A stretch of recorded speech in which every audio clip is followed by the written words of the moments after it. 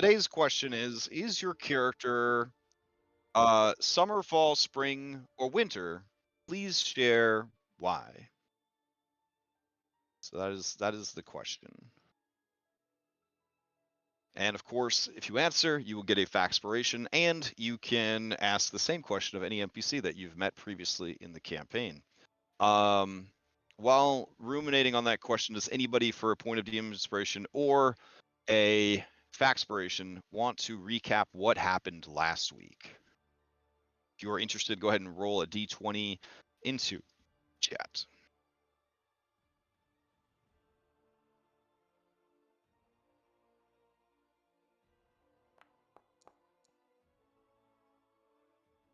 Wait, you can't roll a die? Do you need me to roll a die for you, Dom? Oh, okay. Gotcha. All right, going once, going twice. Sold to Wayne. Wayne Larson, what happened last week? Don't spare us any of the details, but also be succinct. Yes. Yeah. We set off from the vineyard with a plan in mind. And we got the ways into the forest before we got jumped by a bunch of tree spiders. And not like, small spiders that live in a tree. We're talking about spiders that are giant trees. And I thought I'd be clever and throw a Molotov cocktail at one. It went pretty well. It scared it so bad it ran off. And while Henry was repositioning during our fight, when another one popped up, third one crept up behind him and killed him in a very gruesome fashion. It was not an easy fight, and the third tree spider made off with his body, and we chased it just so we could put him to rest and also make sure that we didn't miss out on his equipment. So far, guns seem to be making a big difference, and the more we have, the better, it seems. We were able to execute the rest of our plan, coming around the back of where the druids have their shrine ready to do their ceremony. And we started climbing, and all seemed to go okay until the very end. We were trying to avoid detection, and that worked out reasonably well. But Ez decided she was going to push her luck and explore a cave in the side of the sheer face. And she was able to eventually get in there after lots of banging and noise and swearing, and she came up bloody in the end, but apparently there's something of significance down below. I wasn't there. And then all hell broke loose. Patrol came by, managed to shoot the horn off of one of them, and Anne ripped the horn out of the hands of another. But we're still trying to stop them from running away and alerting the rest of the druids on the hilltop, on the mountaintop. And then Strahd made an appearance. So this is either going to go better than we thought or worse than we thought. We'll have to see. All right. Go ahead and... You want DM inspiration or do you want a Faxpiration? I'll take a DM inspiration. All right. Okay. Does anybody want to answer the Faxpiration question? If you are interested, go ahead and roll a d20 into chat. Question. Does it mean are you that season, or does it mean that's the season you prefer? It is open to interpretation by the person answering. Okay. Because it's also, I believe, a makeup-based question. It like a fashion-based question. It means a lot of things. You know what I'm saying? I wouldn't understand that. Okay. Looks like Robin Keller. I mean, this is, as you say, it's a multifaceted question. Prior to her eye injury, which may have changed everything, on a fashion level, I think that Robin probably tends towards winter, and I mean the red and green eye probably goes with that still.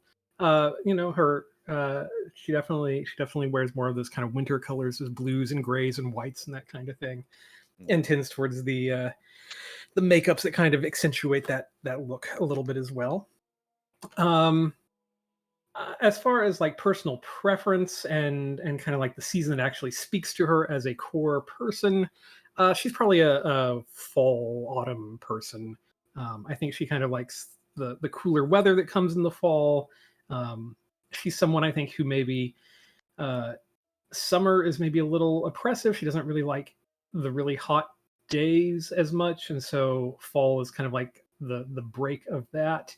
And then yeah, she just likes that cooler weather. She likes all the color that comes with it, and I don't know, maybe the kind of like that slight melancholy as the days get a little shorter, and you start smelling fires as people burn it for the weather, and that kind of stuff. So yeah, probably fall.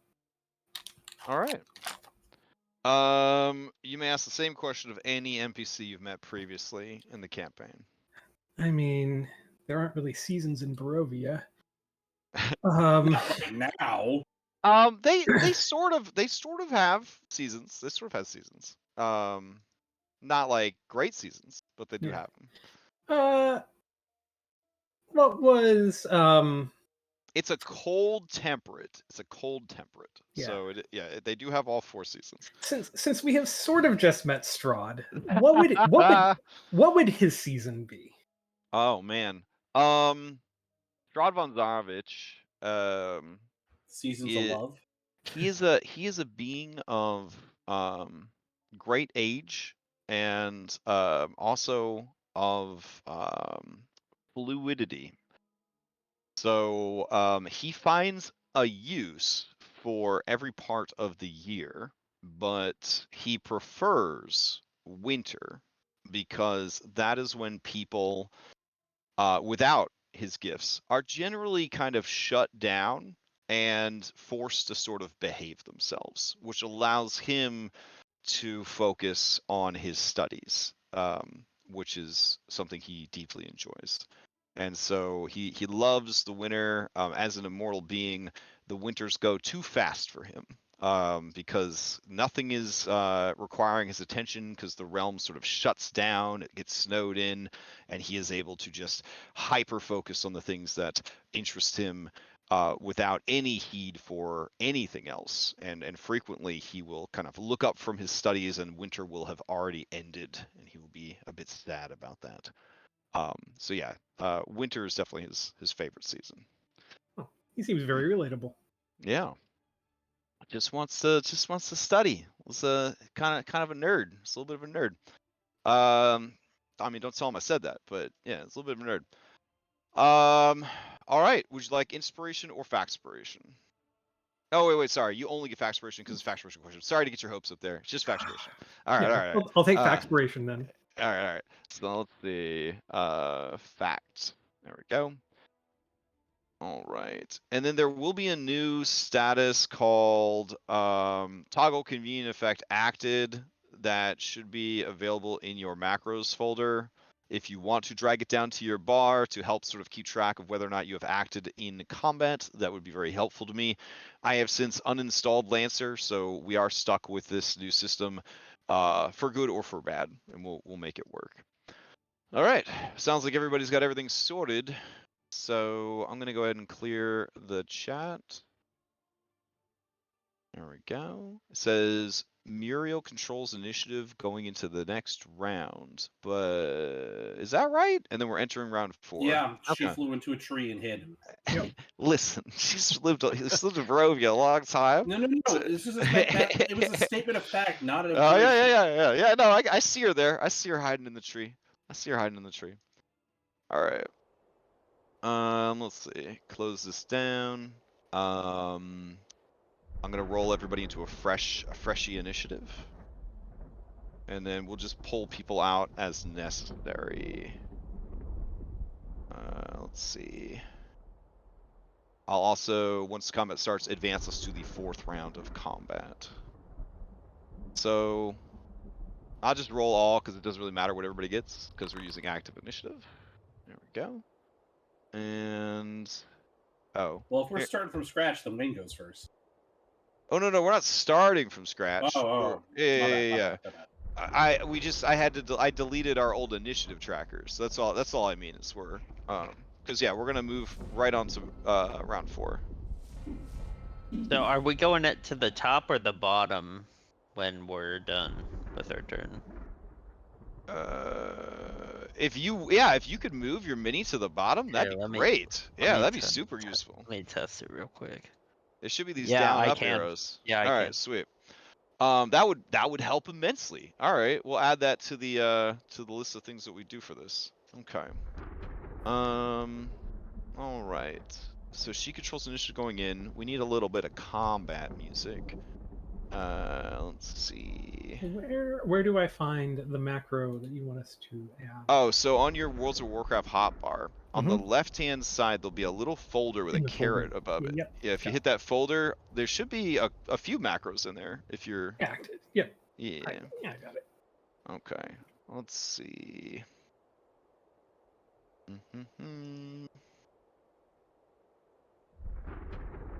All right.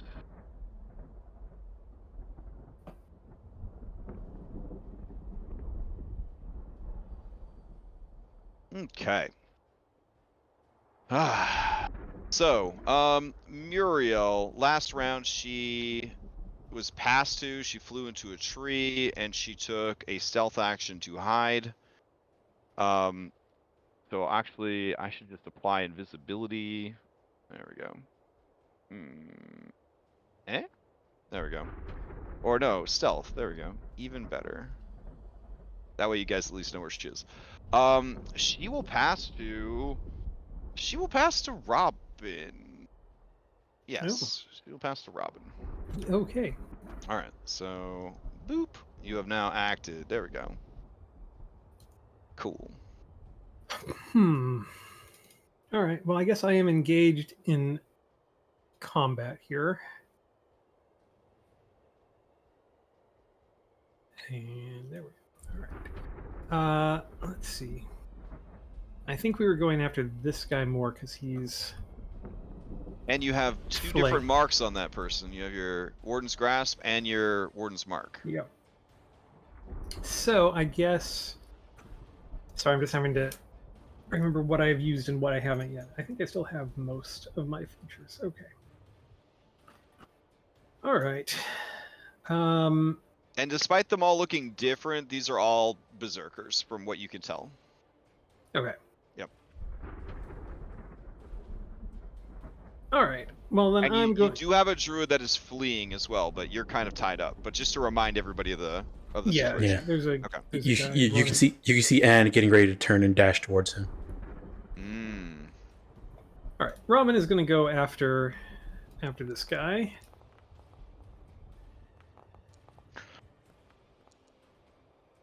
Yeesh.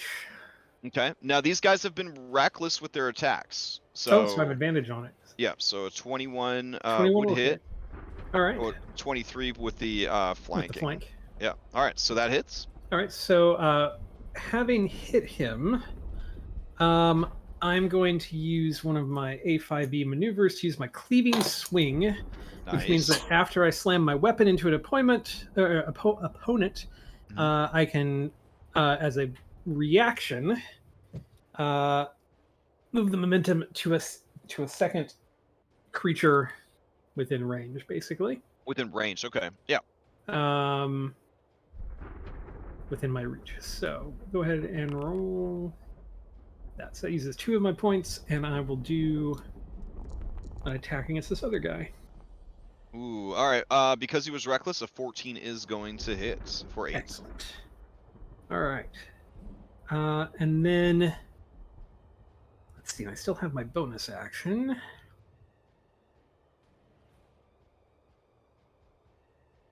Let me just see if there's any of these that are worthwhile.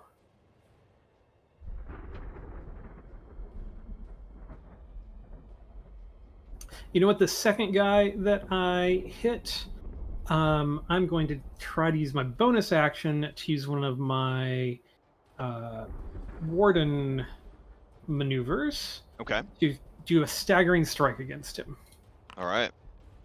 So that's with my bonus action. So he has to make a save which is 8 plus my proficiency bonus, proficiency, which is a 2 plus strength, which is a +2. So that's what, a 12. All right, so the 14, he does resist the maneuver. All right. Well, it was worth a shot. That is everything I can do then. So I guess I will pass. Yeah, either of them is gonna steal. I'm gonna have interfering berserkers steal since he took damage. All right. All right. So let's see. That means this cutie is up. He is gone. He stops fighting you for a second, almost like ignoring the attack that you made, and he looks up 50 feet into the air and over the cliff at Strahd von Zarovich and his lovely bride on the back of their flaming horse. And you hear sort of almost like a groan, like a zealous sort of like Southern Baptist, the Spirit of Christ is in him kind of sound, as you could tell that to him, he is looking upon the divine. And he lets out a ferocious roar, trying to sort of garner more attention, and he is going to attack you. So he's going to be reckless, and he is going to swing with that great axe, hoping to impress von Zarovich with a 23 for 11 points of slashing damage. I mean, yeah, that's not gonna be great. All right. He is going to hold his ground, and he's going to pass to Cranky Berserker. Let's see. So I'm so used to going over to the side and clicking on the people. So Cranky Berserker is up. She turns her head and she sees Strahd there as well, and lets out a sort of scream of exultation, and kind of flexing like the cover of an old Conan paperback. Her muscles bulging. She twirls her axe and tries to bring it around in a slash on you, Robin. This is going to be reckless. And 25 coming in for 6 points of slashing damage. Yes, that will hit. I think. Let me just double check. I think I have a thing. I'll have it after this one. Okay. Where I'll take half damage. But we're not there yet. All right. She is going to turn and look up again in like exaltation at Strahd von Zarovich, and she's going to pass to Strahd. You hear the 4 bloops of Paragon actions.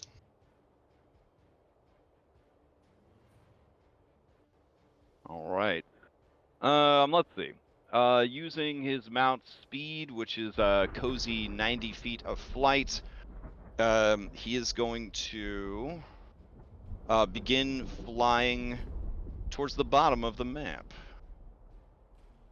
Which would get him off the map probably, but he is going to stop here. And as he is flying, well, actually, yeah, as he is flying by, Jason, he looks down at you, and he kind of locks eyes with you. Oh, I guess they all do. Look at that. I had them all selected. And then, you know, do you look back or no? Like, you could definitely feel this dude, even from 50 feet above. You kind of feel his gaze upon you. Yeah, I'd probably meet his eyes. Oh, shit. All right. Hold on. Intense. Let's see. Very anime. Okay, can you give me a wisdom saving throw? Hidden. So you can see it, just it doesn't have to be blind, but just to me. There you go. That's a disadvantage since I'm defeated at the eye. Okay. Oh wow. All right. Can you hop into private chat real quick? Certainly. Okay. Here we go. This is going swimmingly.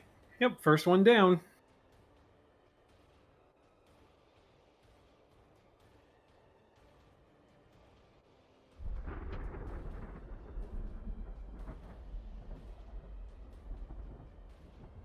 You know, maybe it's just a charm thing.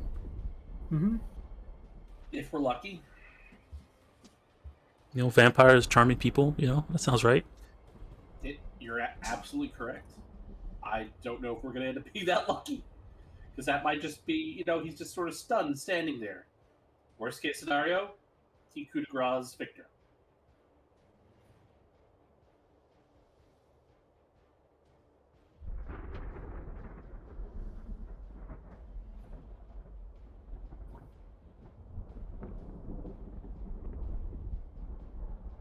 Or you can have some kind of like permanent form of madness for staring into the eyes of Strahd or something. Yeah. Disadvantage because defeated? Oh. Yeah, oh my god.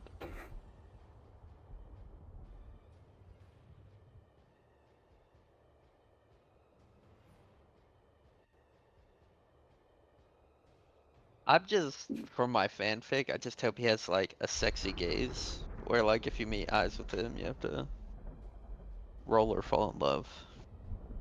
That's what I'm saying, you know? You look what you into call... his eyes, and then you start hearing Careless Whisper played. I mean, that's Sexy wrong. sex. That's what I'm saying. Like, typical vampire stuff. Mm-hmm. 50 Shades of Strahd. Mm-hmm. I mean, I'm pretty sure I see at least, 3 shades of gray on this portrait right here. Mm-hmm. Strahd is both soft and hard at the same time. He's my own personal Strahd-flavored lollipop. Hashtag hard man.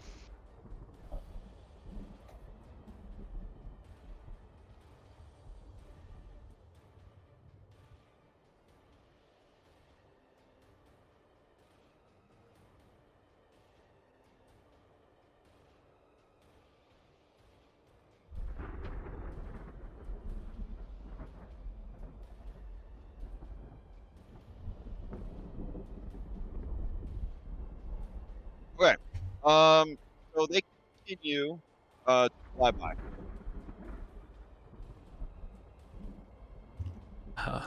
Heading towards the tree and the circle of stones off in the distance. All right, Strahd is going to pass to his wife. That's his wife. And so he's going to pass to her.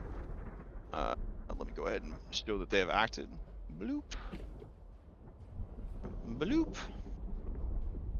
All right. She is going to look back at all of you, and she is going to wave, and she is going to let out a mirthful laugh. It sounds young and girlish and a bit mocking. It is the sort of mean girl laugh that if you were an unpopular girl in the restroom at school and you were taking a dump and you heard that laugh, your butthole would clench up and you would start to cry a little because you're not sure what's going to happen next. It's that kind of laugh. So yeah. Since Robin was kind of cool, does it heal her a little bit? It reminds you of your friend Amy. Like, yeah. It is a very familiar, like, high school mean girl kind of laugh, freshman college mean girl kind of like, this girl would have joined a sorority and maybe gotten the sorority in trouble with the law for extreme hazing. There is definitely a sort of cruelty in that laugh. And then she is going to that's it. All right. She is going to pass to Dark Berserker. As she passes to Dark Berserker, Strahd is going to use a Paragon action to summon undead. All right. Let's see.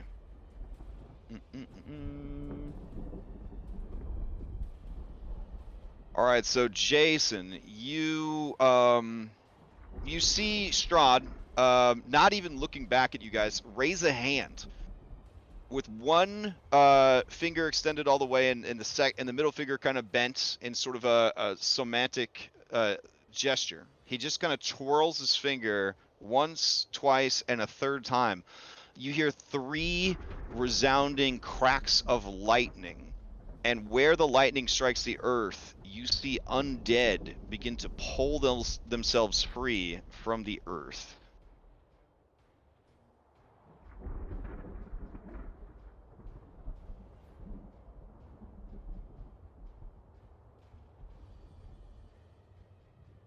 These undead appear to be like rotting husks. They look like zombies, but like the zombies from like Game of Thrones, like White Walkers, if you know what I mean.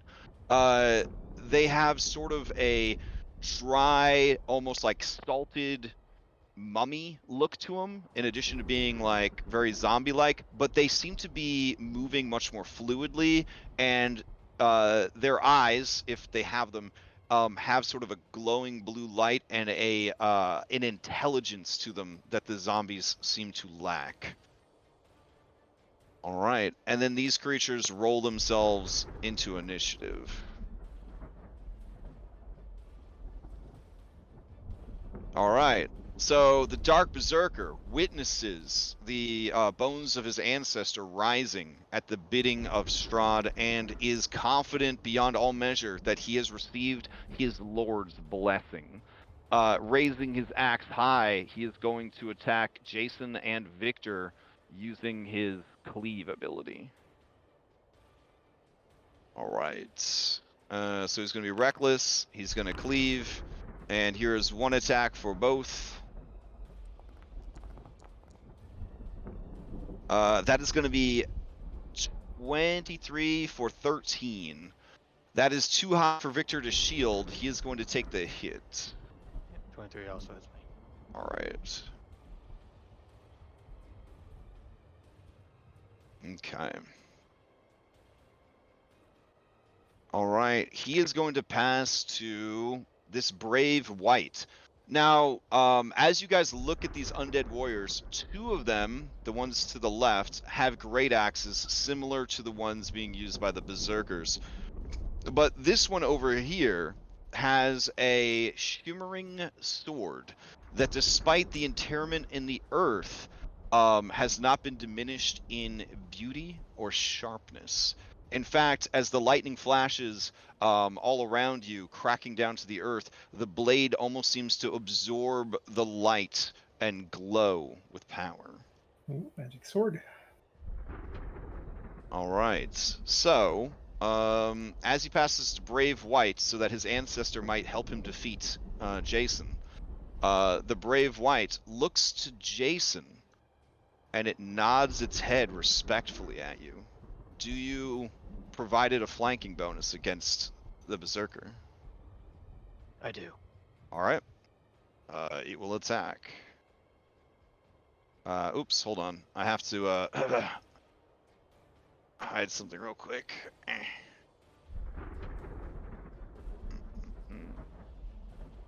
There we go. All right. It is going to attack 2 times. Once with its longsword and once with its life drain. All right. Both of those are going to hit. So it slashes across the Berserker, and the Berserker, being beef as all get out, just sort of is more surprised than injured. And then the creature reaches out and slams its hand against his naked chest, and you see the flesh there begin to rot from the creature's touch. And he has to make a con save. Which he has failed, and so he has permanently lost that health.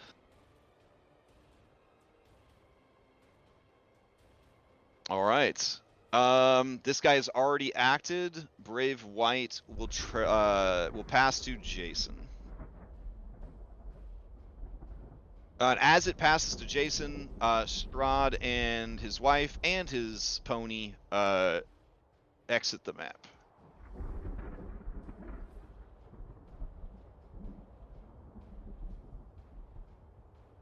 All right, Jason, you're up. All right, I'm gonna Fighting Spirit. Get some temp HP. Okay.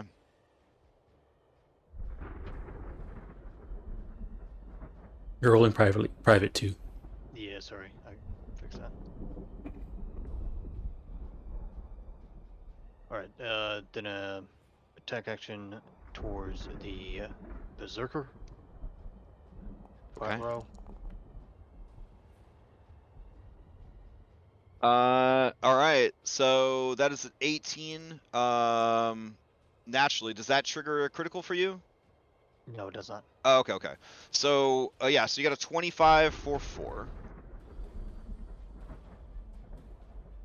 All right, and he looks from the creature to you, and at the sort of burning trail of fiery like hoof prints in the sky, and he just looks like he is full of confusion and despair. All right, Victor Arena, get to cover or stand close. I will. I guess before I pass my turn, here's the row since a barbarian attacked me during his turn. Okay, so who do you want to pass to?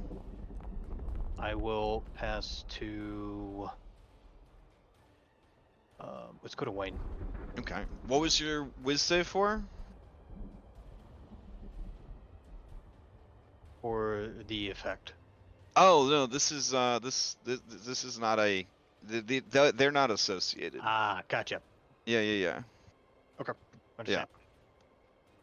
All right. If anything, that save just makes you more convinced that everything's good. Yep. All right. So who'd you pass to, Irina or Victor or one of your allies? To Wayne. To Wayne. All right, Wayne, you're up. Okay, so Wayne's going to reposition. It's going to come over next to Arina, for what it's worth. So everyone's gone reckless, right? All the enemies. Correct. All right. Wayne's going to target. It's not giving me names anymore. It's going to target the barbarian that Robin was tangling with and had marked with her martial abilities, and he's going to try and shoot him. So these are just going to be straight rolls.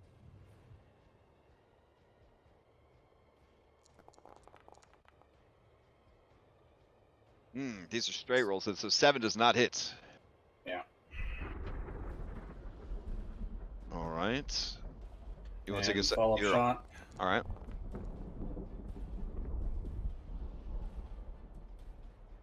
Uh, 14 is going to hit. And which one are you shooting? The one with the helmet on. Oh, okay. Next to Robin. Got it. All right, that will bloody them. As they are bloodied, they're going to use Cornered and immediately use their reaction to attack, and they will go ahead and attack Robin because Robin has put all these debuffs on them. Oh, and before we get too far down the path, I would have had Dunbar get closer. Wayne would have whistled for Dunbar since, the cliff's, breaking. So yeah, that's not a good place to be. And so he's gonna have him dodge. Just remember, these guys can cleave if you're too close to each other.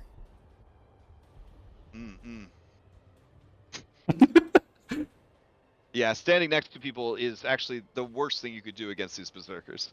All right. Yep. So he's coming closer and dodging. Okay, fair enough. All right, Irina looks at you and says, "Standing next to each other is the worst thing you could do, and here you are." You can chastise me later.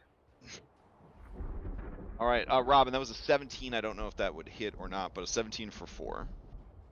It does hit. However, I only take half of the damage because I'm below or at basically half health here when I take that hit. So, okay. So I have a feature that is my let's see, not primal toughness. Nope, not that one either. Oh, there's one of these. My Warden's Resolve. At 3rd level, when I'm hit, when my hit points are less than half my maximum, I have resistance to bludgeoning, piercing, and slashing damage. Oh, very nice. Okay. All right. So Wayne, you may pass to the person you choose.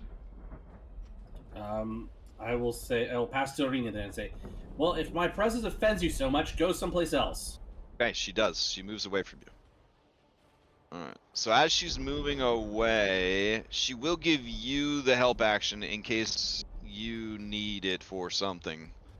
She has that injury. Oh, never mind. You're right. Yeah, bonus action bad. Bonus action bad. She will not do her normal scripted behavior. That makes sense because I was standing next to her. Yeah. So she will go ahead and shoot this jabrones over here. For 5. All right.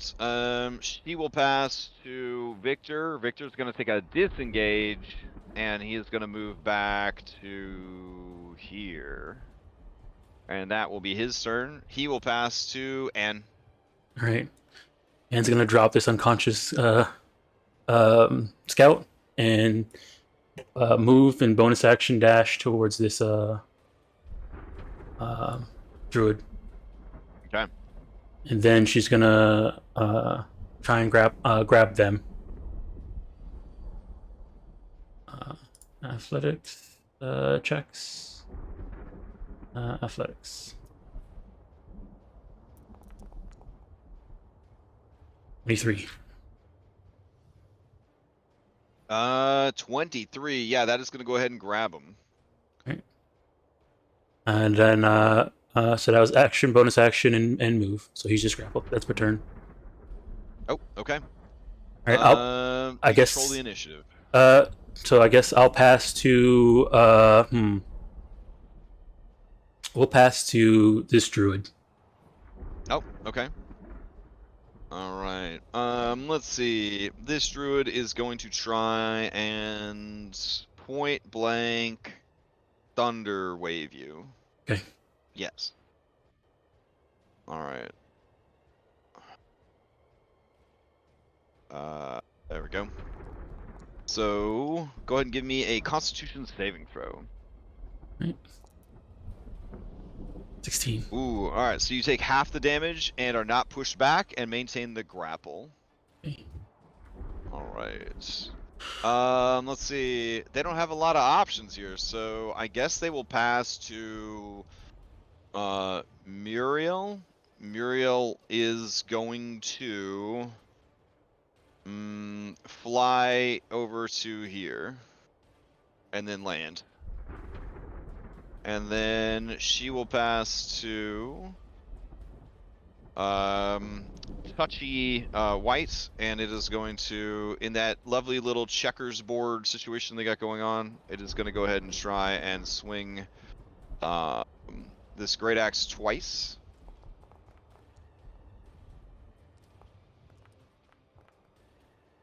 And I think they were reckless, and you got a flank, so both of those are gonna hit. Oh wait, I should ask: do you give this creature flank, Robin? I mean, as long as it's not attacking me, sure. Okay. Or one of my people. All right. So that's gonna hit, and hit again. All right. It will pass to the other one. So this white over here. Will swing twice with its great axe against this one right here.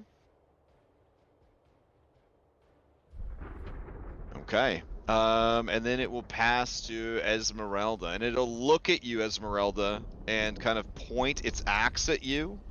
And then it will point the axe to Cranky Berserker, as if instructing you to finish it. Okay, can I insight that? Okay.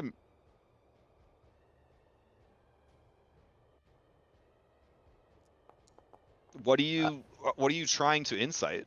Hostility mostly towards myself and my allies. I know that it pointed at this berserker, but I want to make sure that after I kill this berserker, if it's gonna be an enemy or not.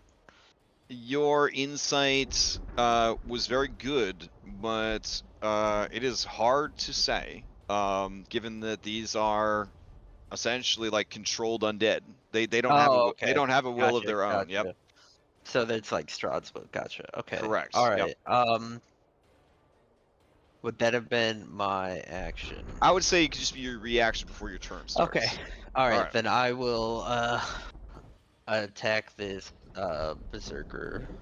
Okay.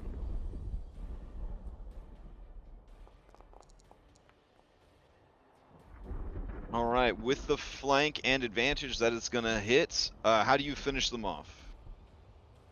The berserker is kind of getting like attacked from multiple directions.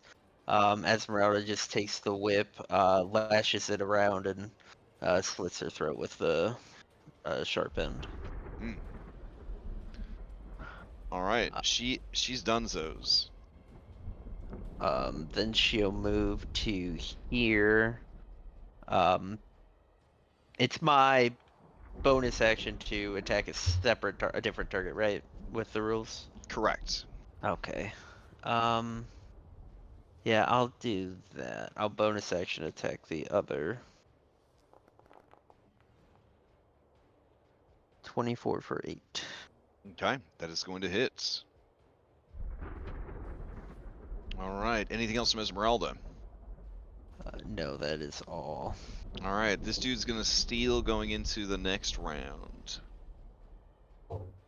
And I don't know if it strips out everybody. It looks like it's doing it. Sweet. Okay. Hooray! Except for this poor jabrones who wasn't in the thing anymore. That's fine. There we go. All right, nice. So let's see. Interfering berserker is going to steal, and because there are two people next to each other, it's worth it to him. He's gonna step up. He's gonna declare himself reckless, and as he does, Touchy White is gonna reach out and try to drain his life. Oh, that would not do it. Well, he would have the flank. Yeah, I guess he would have the flank because it triggers when you're leaving that space. So that is gonna hit. So he's gonna make a con save. And he makes it. He still loses the health, but not permanently. That does bloody him, which gives him his reaction. So he is gonna go ahead and try to recklessly cleave into Ez and Robin with his reaction. And then he'll do a second one with his actual action. So that worked out pretty much exactly how I wanted it to. All right, here we go. First attack.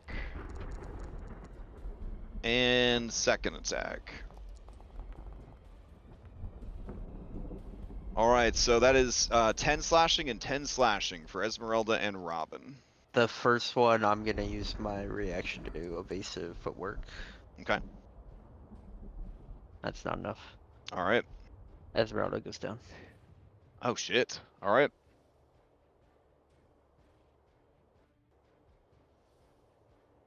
And that is... Oops. That is his turn. So Robin or Ez, you can steal. I think Robin will steal. All right. I need an injury. Oh shit, you're right. Let's see. Injury. There we go. Deafened permanently? Oh shit. I mean, we joke around that deafened is a bad thing, but permanently it kind of is a bad thing. Holy shit. All right. Well, I mean, does your blind sight still work like this? I mean, blindsight's not like, you know. Yeah, I guess that's true. Blindsight's Depends. just magic, right? Yeah, it's not like you have echolocation or something. All right, well, shit. Okay. So yeah, the blow that took you out, we'll say, hit you upside the head like so hard that shit just kind of ruptured in there. All right, Robin, you're up. All right. Let's see. Well, I guess first of all, I'm going to use. You know, we'll just start with an attack and see where we go from there.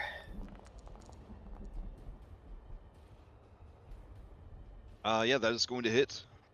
So 9 damage.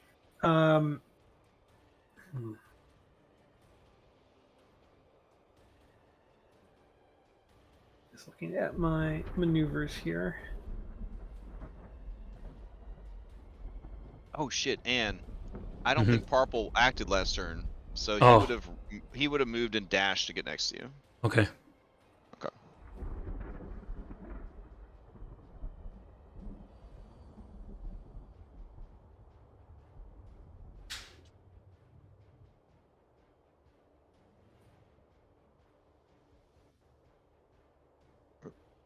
All right. Yeah. Sorry, I was just reading through all my stuff here. I'm gonna try. I'm gonna use my staggering strike as my bonus action against him again. So he needs to make that same. All right. Con save. All right. Here we go. DC 12. He crushes it. All right. That is my turn then. Okay. So I will pass. You know what? I'll pass to. I will pass over to Anne, I guess. Okay, Anne. All right. First things I'm gonna do is use my movement to get to back up. So use 15 feet to get here and move him between me and Purple. Okay. In that case, I probably would be right here then. Okay. Yeah. All right. Then, while still grappling him, I'm gonna take out a dagger, so that I can attack. I forgot I had the short sword. I'll take out the short sword instead. Okay. All right, and then I'm gonna attack the druid as an action. All right.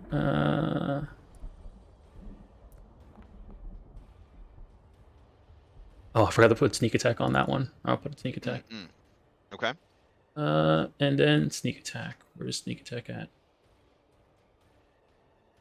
You can also sneaky. You can't. I just roll. I just roll. Dice. Yeah, I just roll 2d6. Yeah. Okay. All right. So 13 points of damage. Yep. Is pretty close. He's hanging on by a thread. He's near death, but apparently not on his last legs. All right. I don't have anything I can do with a bonus action unless because I can't already use my iron axe to draw this. All right. In that case, I'm a bonus action. Catch my breath. Okay. I'll spend 2 points and gain 8 HP. So plus 8. And I guess he'll steal. All right. Let's see. He's definitely gonna steal. All right. He's a zealot. Saw Strahd fly by. Sees this crazy shit happening. Thinks maybe something's wrong. Okay. I think you have to Thunderwave in a space adjacent. Otherwise, he would try to Thunderwave himself so as to get you and Purple. I mean, the space adjacent to him is right under him, I guess. That's true. Let me check.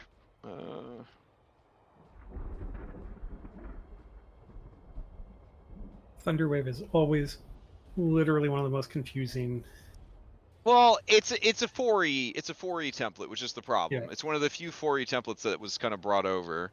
Yeah. It is not necessarily centered on the caster, but it can be. Okay. So he's gonna thunder wave like straight down into the ground to hit himself and Parple. And he will scream something out in Druidic as he does so. All right, and I believe he has cast attack. Use an action to cast a spell. It can make a melee attack as a bonus action. So yeah, he's gonna bonk you with his staff first. Bonk. Well, I guess it would be after he casts a spell. So I don't think he's gonna live through the spell. All right, let's just get the spell out there. Thunder wave. All right, so you and Parple and the Druid all need to make con saves. Ugh.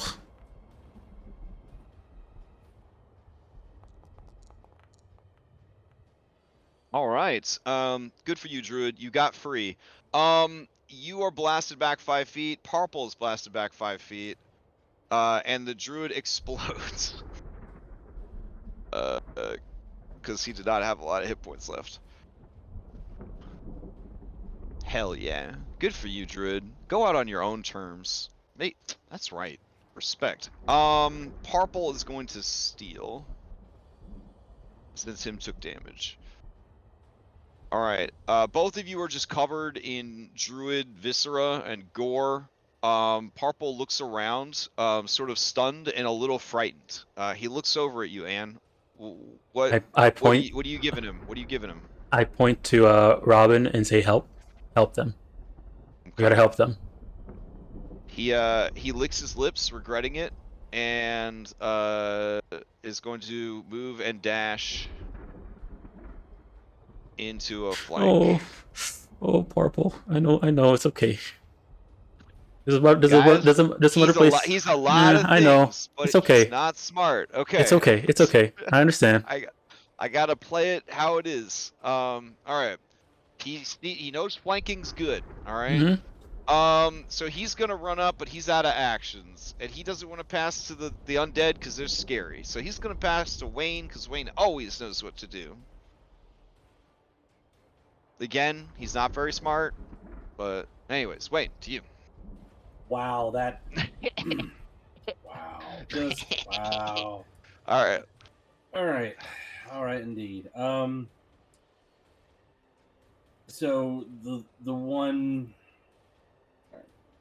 So we're just gonna move on to the next berserker. Wynn's gonna reposition so he can get a clearer shot. They've gone reckless, so these are straight rolls. Mm-hmm.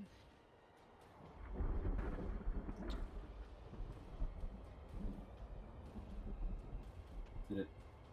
Come on.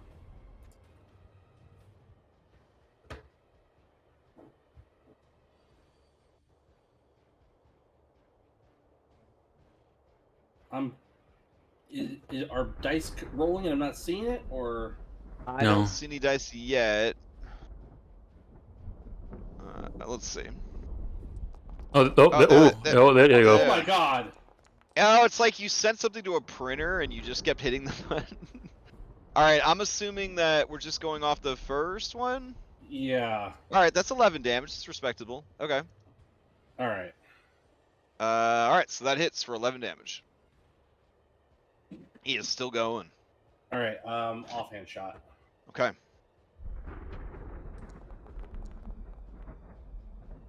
Uh, 19 for 15 is gonna hit, and now, famously, Dom, for you, he is on his last legs.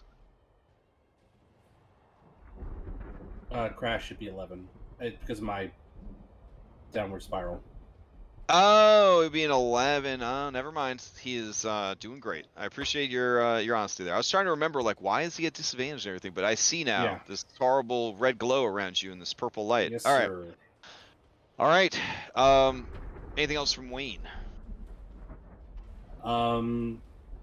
He's gonna whistle for Dunbar to, get closer, but when he's gonna be like, nope, wait, right there, boy. So Dunbar will come to a skidding halt in the mud, and just sort of sit there like, okay, this is fun, this is fine.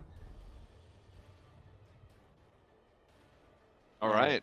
I will pass to. I'll pass to Arinia. All right. She is going to move here, take a shot at that guy right there, not take a bonus action, and that will be her turn. 13 is just enough. Dude takes 7. She will pass to Touchy White. Touchy White doesn't really need to do much. He's just gonna swing, and then swing again. The name must be Karen. Yeah. Oh my. All right. So the first attack doesn't hit, and the creature kind of spins in place.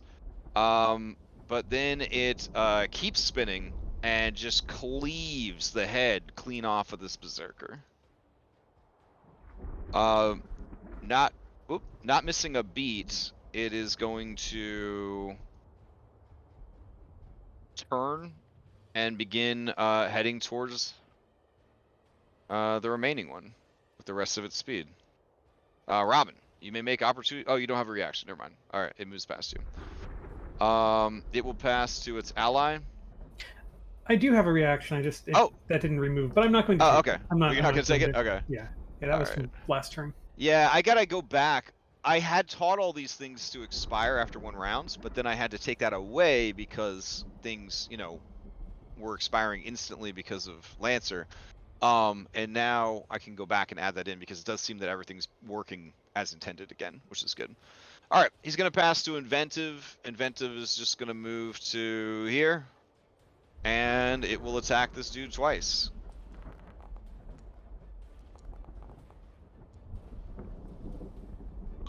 Hitting both times for a total of 19 damage.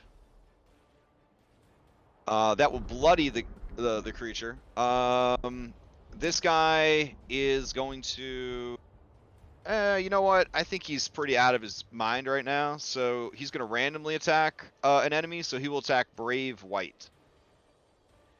So here we go. 15 is enough. Brave White takes some damage. Except this guy is not using a silvered axe or a magical axe, so the white takes half damage. A good thing to squirrel away for later. All right. And then that white will steal. Are you still providing this creature with the flanking benefits? Jason. Yes. At the moment, Okay. they seem. Well, they haven't attacked anybody else, so. All right, so he attacks this guy for 7, and then he life drains him for 6, and he heals 6 from that. And then this guy has to make a con save or permanently lose those hit points. He does permanently lose those hit points. All right. That's it for him. Dark Berserker's gonna steal. Dark Berserker is kind of ignoring you now, Jason, and just kind of facing off against these guys. And he cannot run. That is one of his weaknesses. Let's see. Running is for cowards. If he... Oh. Okay, he can make a saving throw to see if he could run. Here we go. Oh shit, he does. You know what? He's like, no thanks. And he is actually going to use a disengage and go there. It's not going to help him much, but I think at this point he is actually consumed. Oh, okay. Well, he used a disengage. Oh, never mind. You're good. Yeah. But yeah, like I said, it doesn't do much good using a disengage because everybody could just catch up with him, but he's kind of out of his mind with fear right now. So that's what he's doing. Didn't he already act by rolling that die to see if he would do a 1, 2, or 3 on it? Oh shit, you're right. So yeah, you would get an opportunity attack. My bad. No, wait. That was from his bloody. That was being bloodied and getting his bloodied reaction. That's right. Yep. All right. So anyway, so pass to you, Jason. You can chase him down if you want.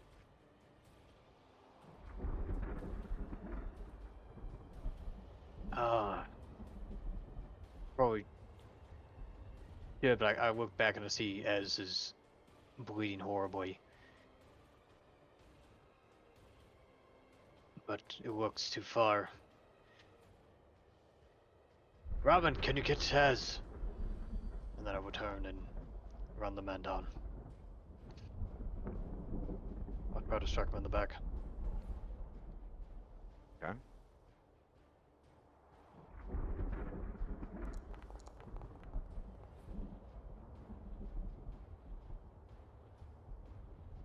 Uh, 19 for 5 is going to hit, but it is not enough to drop him.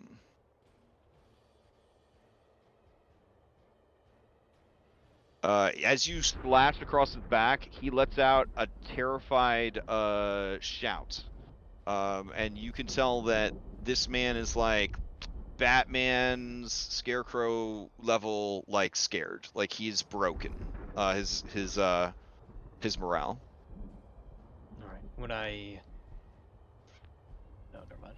His I will- screams are drowned out by the raging storm that has been forming around you. All right. Bonus action, second one, and that'd be it for my turn. Okay. I think the only person left to act here would be Victor, Muriel, and Ez. All right. That's Victor. All right. Well, Victor, he's okay with trying to kill this dude, so he is going to use Firebolt on him, or try to. All right, that'll hit. And as he hits the dude, despite the rain, despite the wet, the guy bursts into magical flames, screaming. He drops his axe, he falls to his knees, he tries to roll around in the mud, and he dies.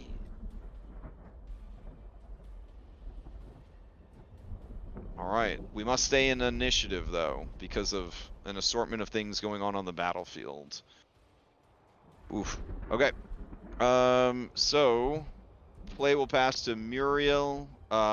Muriel will not be able to assist with Ez this turn. Instead, she's going to take flight and use a search action to make sure nothing is coming and all of that. She will pass to Ez, who needs to make a death saving throw. Or, yeah, you got to make the death saving throw, but then you do the whatever you're going to do on She's your turn. out of hit dice. Oh, shit. Okay. And she also has 2 failed death saves already, beast life session. Oh, shit. All right. Oof. Okay. Those of you standing near Esmeralda, you hear her kind of cough and gasp, and then just sort of blood and foam kind of just like gurgles out of her mouth. And she dies.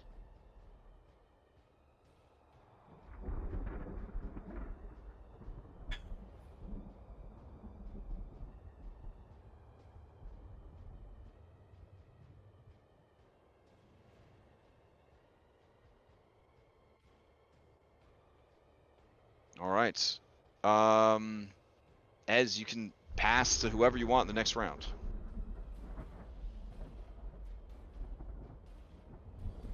I'll pass to Robin. All right, Robin. Okay. Well, as a bonus action here at the start of my turn, I'm going to catch my breath with one of my new maneuvers. So I will regain 10 hit points.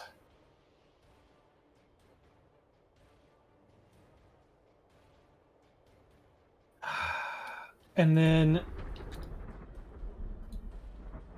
not entirely certain what's happening with Ez, all, the hopes that there's still something to be done.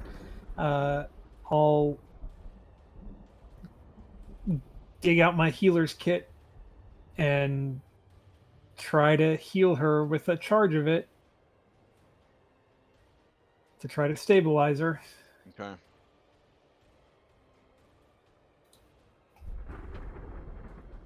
All right. You have a well of stamina, so you heal yourself, and then you're gonna try and do what? A healer's kit? Healer's On kit it? with my action, yeah. Okay. As part of the healer's kit, go ahead and give me a medicine check. Yep.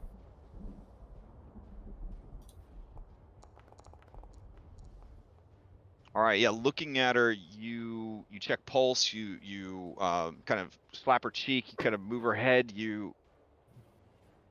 Her body has just taken too much of a beating. Like nothing is responding.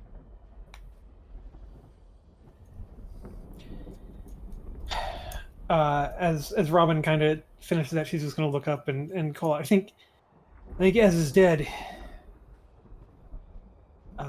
And we'll pass.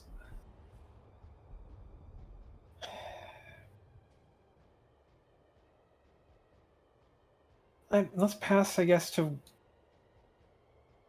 one of these guys. Let's go to this guy. Okay. And see what they do. All right. It looks around, and then it begins to head towards you, Robin. Mm-hmm. It moves past you.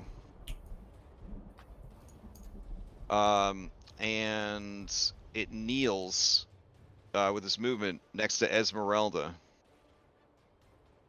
And you see that in one hand it's gripping the great axe, but in the other, its mummified hand is outstretched and glowing with the same eerie blue radiance as its eyes.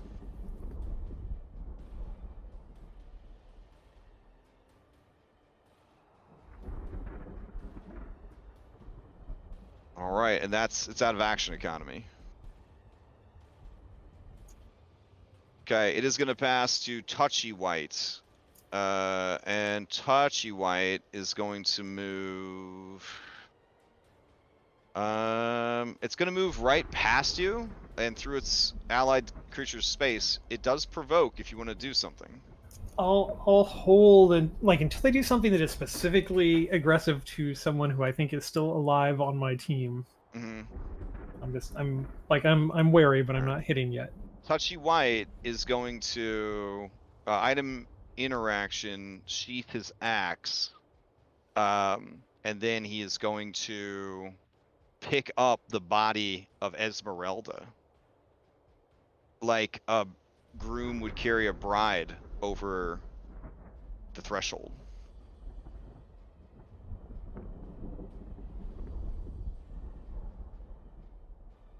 And then it's just going to throw itself and Esmeralda off the cliff, disappearing into the fog.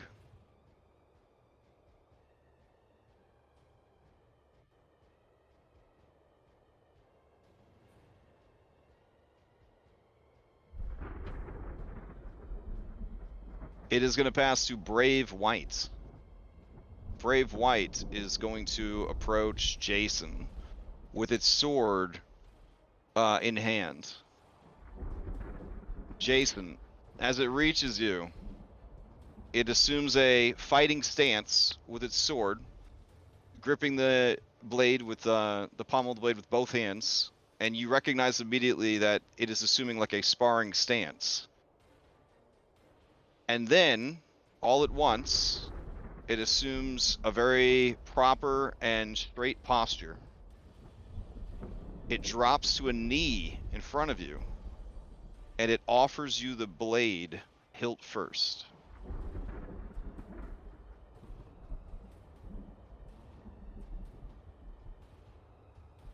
You can reaction take it if you would like. I'll host the battle axe and grip the sword. Okay. I will add the Guardian's longsword to your sheet.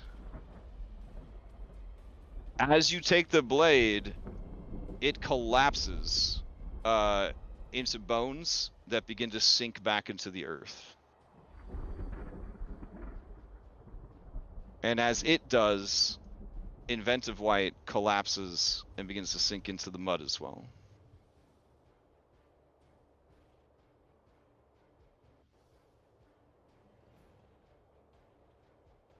Is there anyone else who is dying or in peril?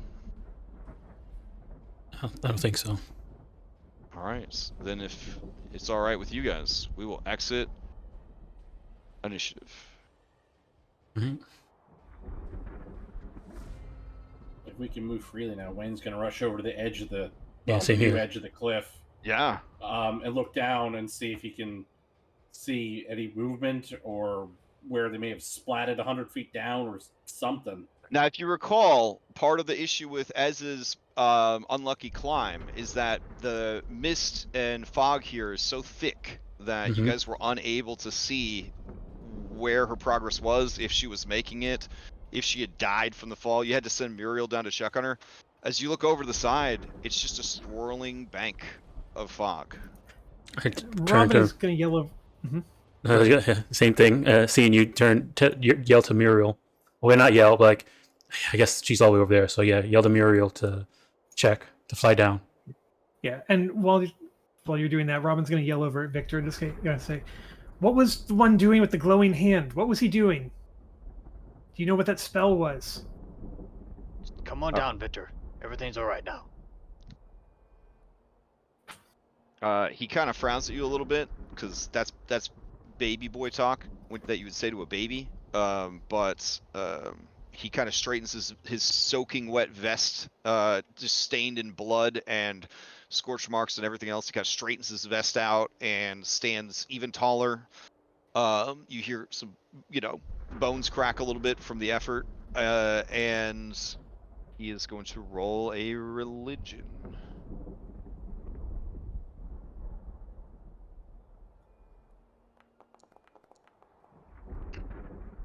He says, I'm not entirely sure what those creatures were.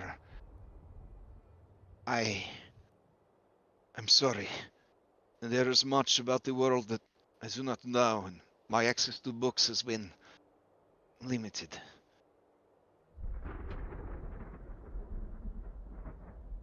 Why would it take her? Why would it throw itself off?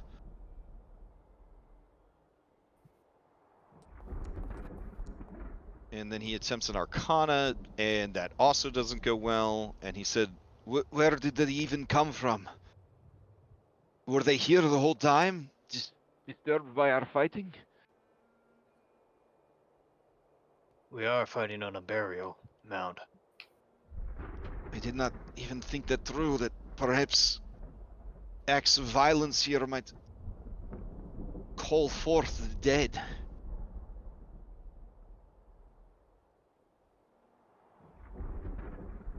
I don't think it was acts of violence. It was more of,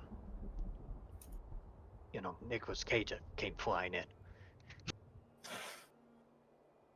Who is Nicolas Cage? Best remembered for his role as Renfield, a vampire.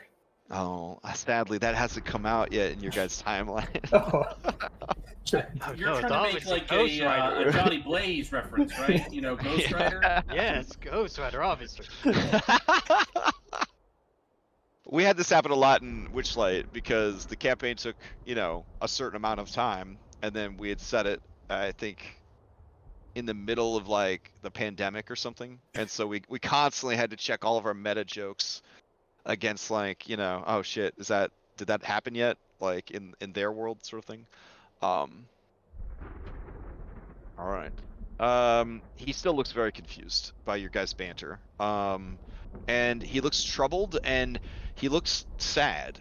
And you see him just kind of staring off the edge, with just a very, very like stoic look on his face, but also like the dude is processing a lot of feels right now. Because, OOC, he's a man in his like late teens, early 20s, and that was by far the hottest woman he had ever met, and she was kind of flirty with him a couple times, and it sort of left an impression. So he maybe had like a huge crush, and now it's, yeah. Robin is just kind of trying to keep it together and waiting for Muriel to get back. She's going to like look around, and she's going to say over to Robin, were you able to stop the ones from escaping? Did any of them get away? Is that to Anne? Yeah.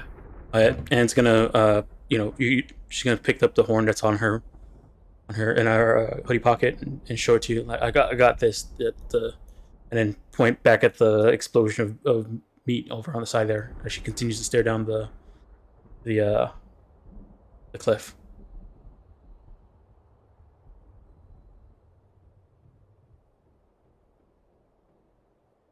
Off in the distance, you hear, thank you, official Strahd soundtrack, Yesterhill ambience. You hear the sound of a ritual drum beating and pounding over the sound of the thunder. Well, the beating kind of snaps Anne out of it a bit, and she says, "Wait a second. We did knock out one of the scouts. He's over there." Ah, you're right. Make sure he doesn't go anywhere.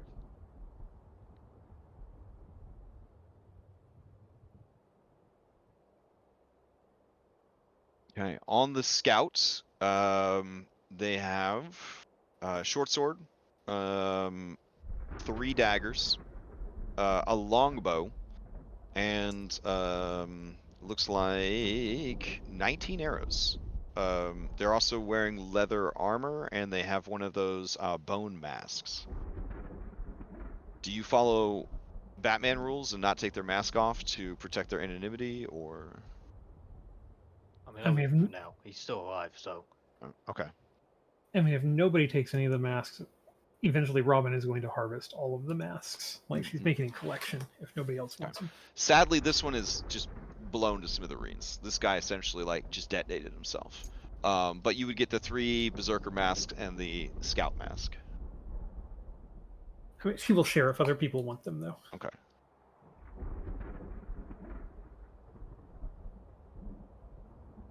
All right. Do you want me to drag his loot onto you, Jason, or do you not care for the loot at this point? We'll probably take some of it. Though we'll probably have to pass it to Purple. Okay. At the moment, I don't have the capacity.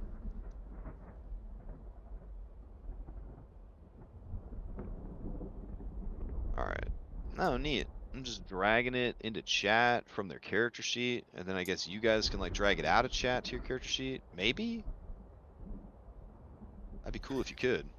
I'm going to use my last healing hit die to heal a little bit.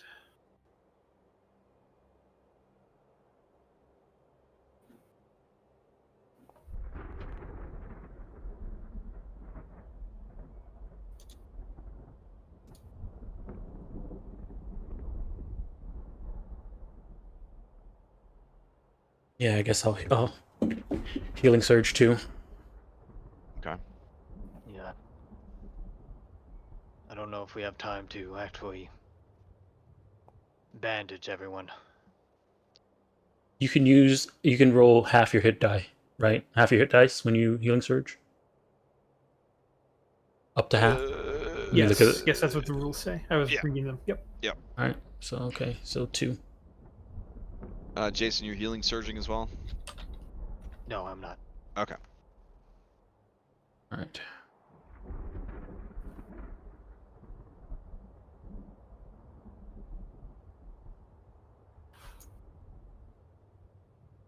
I guess I could turn off this inspired.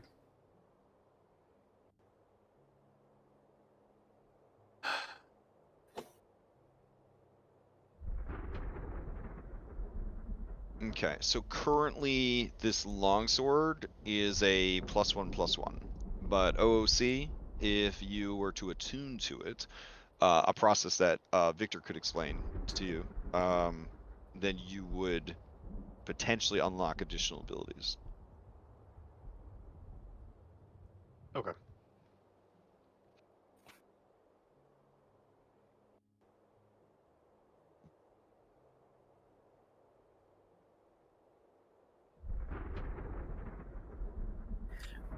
Was the loot you were saying for all of the people or just the KO'd guy? Just the no, it was just the KO'd guy. I can give you a full list in Discord if you want. If you're gonna take the time to kind of check these guys for loots and all that. I think Robin's gonna at least check the couple that were fighting against her just to see if there's anything useful for the coming battle. Okay.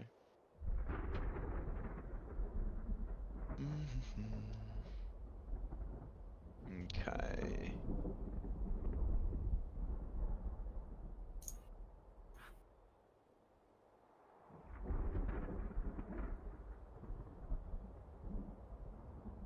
She's mostly just trying to keep herself kind of occupied until Muriel returns to see if there's any news about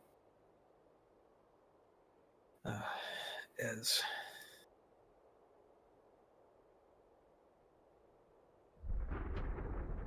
I'm gonna try and with some of the leftover rope that we have, tie up this guy.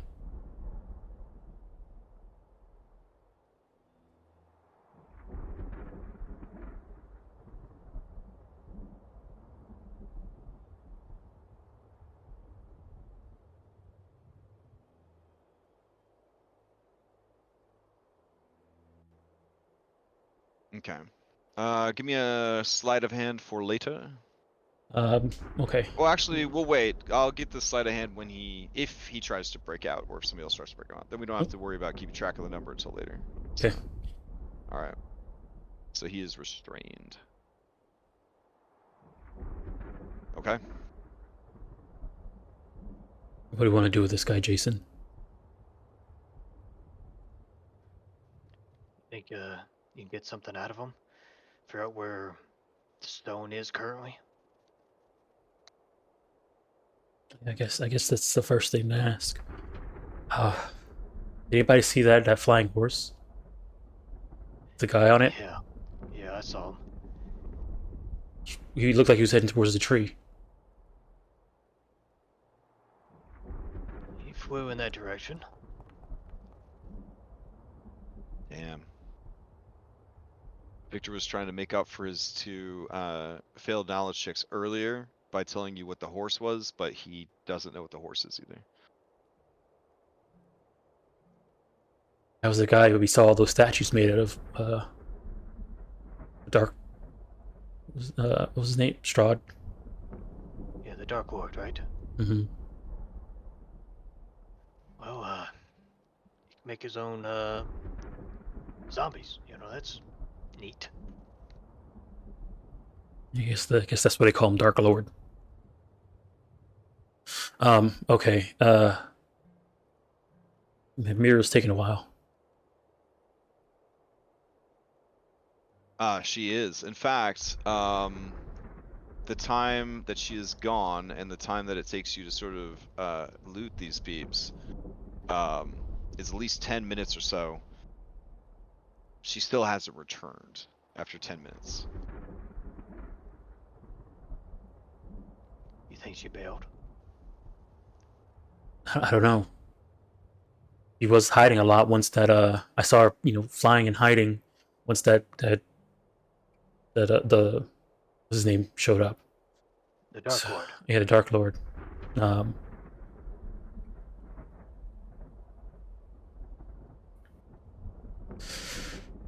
Okay.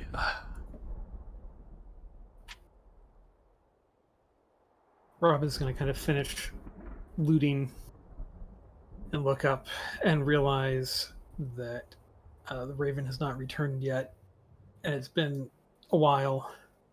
And she's going to look around at the rest of the group. I think she's specifically going to look over to Irina, who's really fucked up. And she's just going to kind of look around at everybody. She's going to say, all right, well, we may have lost our Raven guide, and if those sounds that we're hearing over the thunder or anything, it sounds like that ritual has started. Are we going to go and finish our quest, or are we already just finished?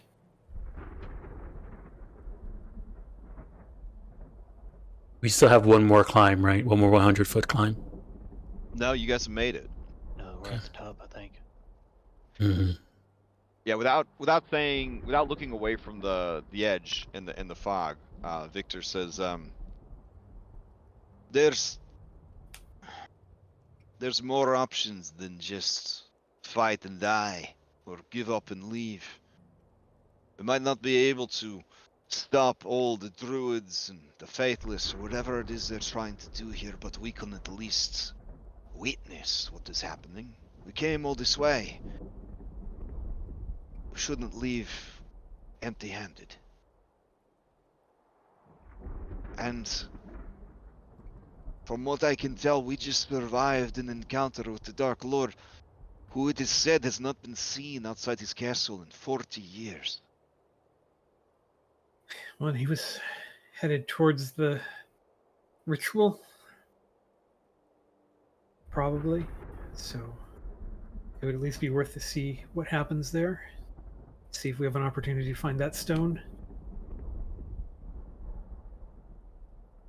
We only need the stone. We're not here to kill them all.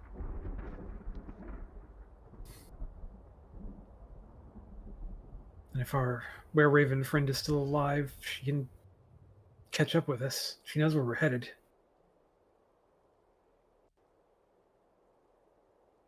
Oh, how close can we get without getting spotted, though?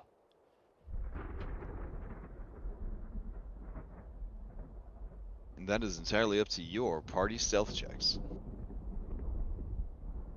Keep in mind that you more than likely are going to have advantage because of the conditions.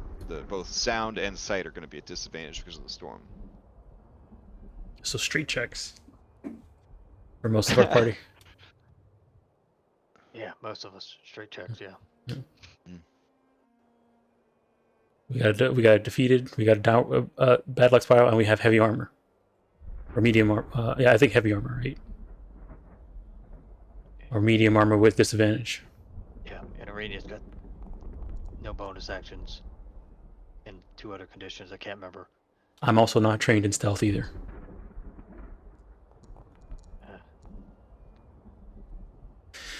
All right, well, came all this way. It's right there. Move forward, and then see what happens. If anything happens, then we just turn around then, or no. We might go up there and just die. Well, if we do come back this way, we should probably set up something to make the climb down quicker, since we'll be in a rush.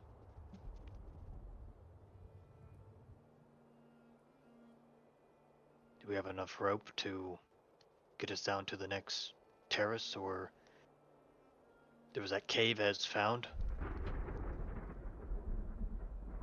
Check our rope supply. I think actually we might be out of rope, at least out of the vines. Let me just check. I think we had some regular rope left. Yeah, I think we're out of the vines, but we still have 3 regular 50 feet lengths of rope. So enough to go down 1.5. Robin still has 50 feet on her sheet as well. That's 2. We can go down 2 more. 2 of them. And then the last one we'd have to climb. And you guys would know that Wayne would have some rope. He'd have some of the vine rope, the silk rope he had requested. Okay. But Wayne's still kind of doing that 1,000-yard stare thing.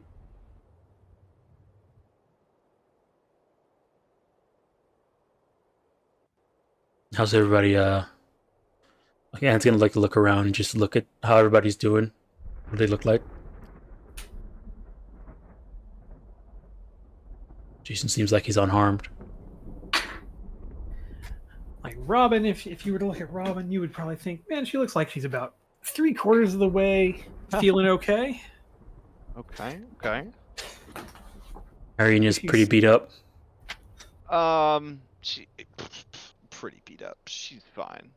As her hand shakes terribly, and her I guess her short-term shock would be over at this point. No, wait, no. Your first turn. Oh yeah. So that's fine. And then tearing wounds. Yeah, I mean, she could be doing better, but you know, you can bounce back from them. Whatever we head into, Rinya, I think it's best that you try to stay out of it as much as possible. Of course. Yep. I'm not going to.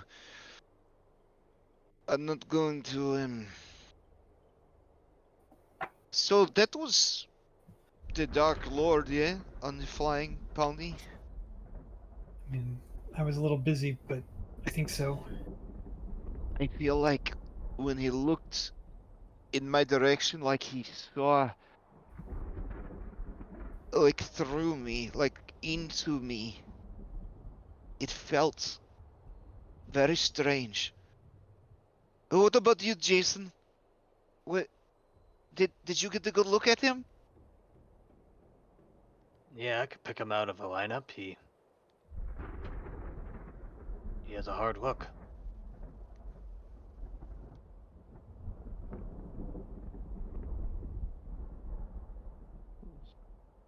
But in a way, I guess he technically helped us. Helped us? What are you talking about? Well, he looked towards us, and then the lightning struck, and those creatures came from the ground. I don't think it was us fighting that did it. Our money's on him. But why? I don't know. You said he gets bored. Maybe he was bored. Well, that's I mean, I guess how loud is that drumming further up ahead? Is it like It's still pretty faint. It IRL Earth terms. It sounds like when a band is getting ready for a concert and they're like testing out the instruments and getting it. Yeah.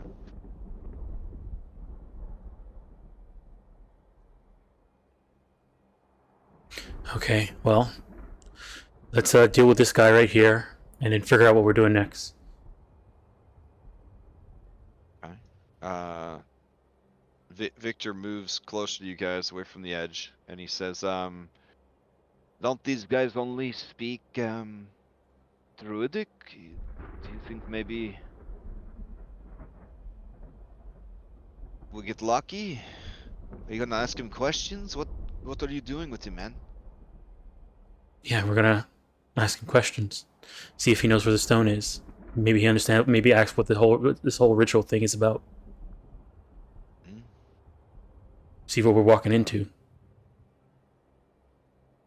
It's now been about 20 minutes since you sent Muriel to look for Ez. Yeah, we've been sitting here too long. All right, so what are you gonna do with the hunter? You slap him awake, sort of thing, or? Yeah, I guess so. Yeah. Okay. All right. It was pointed out to me how incredibly unrealistic it is for people to get knocked out for 1d4 hours, because like you would get like really bad like brain damage, right? And like all sorts of other horrible things if you were unconscious for that long. In Cyberpunk, you only ever get knocked out for a minute. Yeah, like I feel like that's kind of crazy to be unconscious for so long, like without a lot of long-term side effects. I know it's just a game or whatever, but yeah. Maybe it should be 1d4 minutes or 1d6 minutes. I almost feel like, I kind of feel like, yeah. Anyways, so we'll say that, you kind of like slap, hard slaps from Giant Ann, and he comes to, and he looks around, no longer wearing his mask. He's sort of an unshaven, not scrawny, but like slim, athletic build, and his eyes are sort of two sunken pits, and they are wide and wild with zealotry and fervor. I mean, if dude wants to have crazy eyes, there are those of us among us who can out crazy eye him. Right. He struggles against the ropes. He goes to cry out. Do you stop him, or do you just let him, thinking that the storm might muffle it? If all them, the thunder waves obviously got masked by the storm. and nobody's come in 20 minutes to check on you. I guess we'll. Okay. As he cries out, he kind of looks around. He sees over here the viscera everywhere and the gore. He sees the dead over here. And you see that his mental state is very vulnerable right now. Okay, but then he kind of closes his eyes, and you see that he's just listening to the drumming off in the distance, and he starts like steadying his breathing, trying to compose himself. What's going on up there? What are they doing? Okay, so Jason and Anne, you know that there was a moment of recognition there where he does understand what you're saying. But he begins to just speak, fantasy nonsense language at you, which is Druidic. Speaking the same language as me. He shouts at you in Druidic. All right.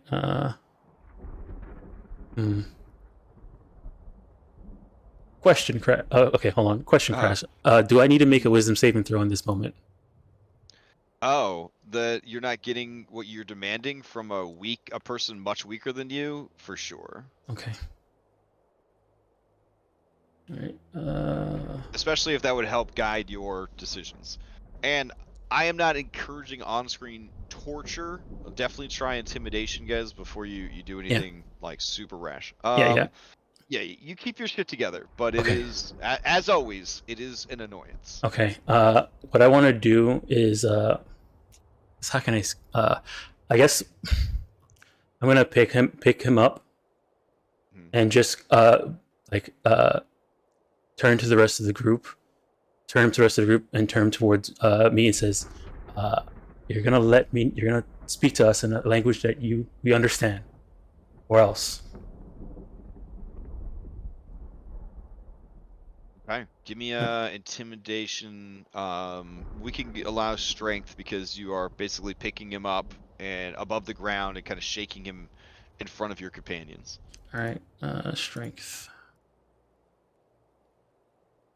So again, since we can't change that stuff manually anymore, you can just hold down Control, right? Alt. So I think it's Alt. You can change it if you do a bunch of clicks. If there's like a little gear next to the thing, you can click on that and change it there. But you can also just hold down Control when you. Yeah, Control. Right? Yeah. Oh no, it's not Control. Shift. Yeah, which one is it? Alt. Yeah, it's Alt.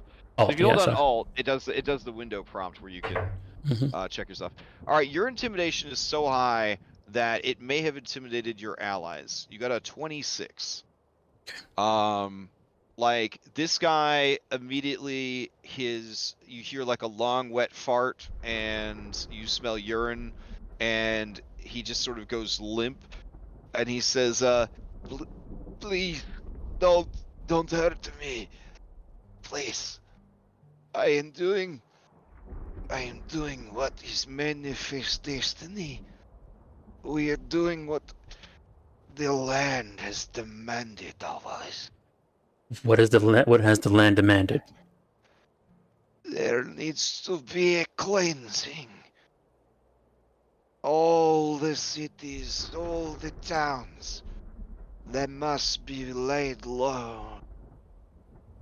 She of the rays, she is guiding us. She is helping us. The Lady of Berez, she taught us this ritual. The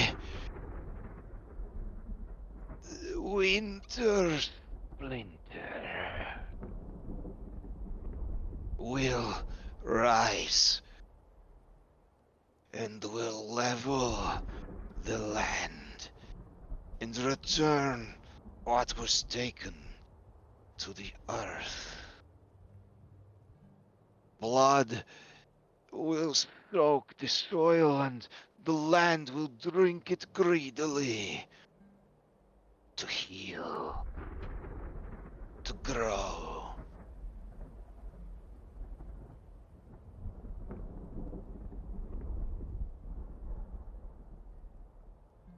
And it's What gonna. does the Soul of Winter have to do about this? You speak of the stone. Yes. It is the heart of Winter's. It will give it life and power. He's like summoning some type of creature or something like that. It's like a... Even now, Svarog and his circle prepare. The Dark Lord is coming to witness this miracle.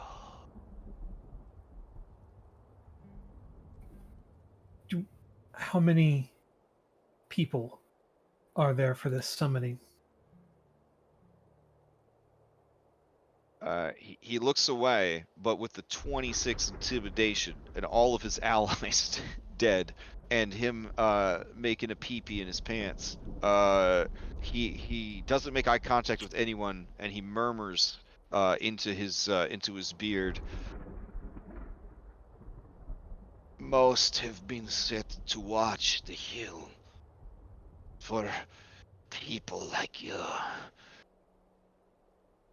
The Svarog and his fix, as well as the coven of witches from Barovia, have come to they performing the ritual.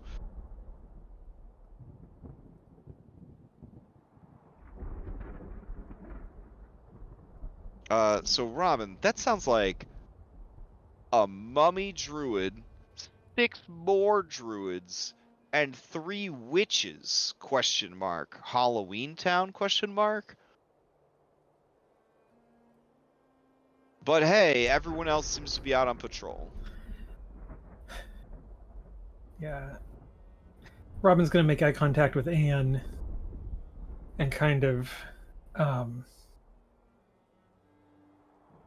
she's just going to like almost asking Anne this and not this guy. He's going to be like, with his insight, he begins to chuckle, almost mockingly. She's just going to say, where is the stone kept until it's time for the ceremony, do you think? It is already in place. It is in the effigy that will serve as the seed, the host for Winter Splinter.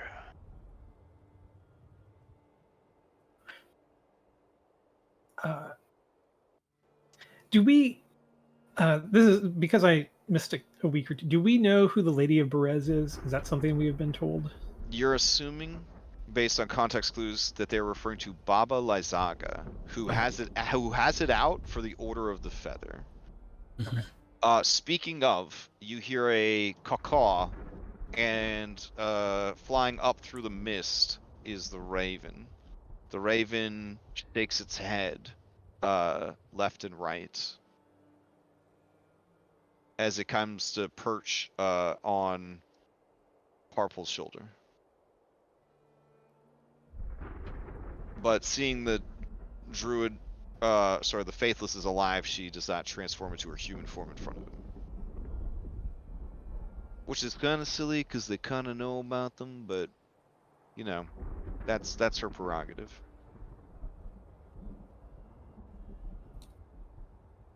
Alright. Okay. He says, you can kill me now. Throw me off the cliff, that I might die in this holy place.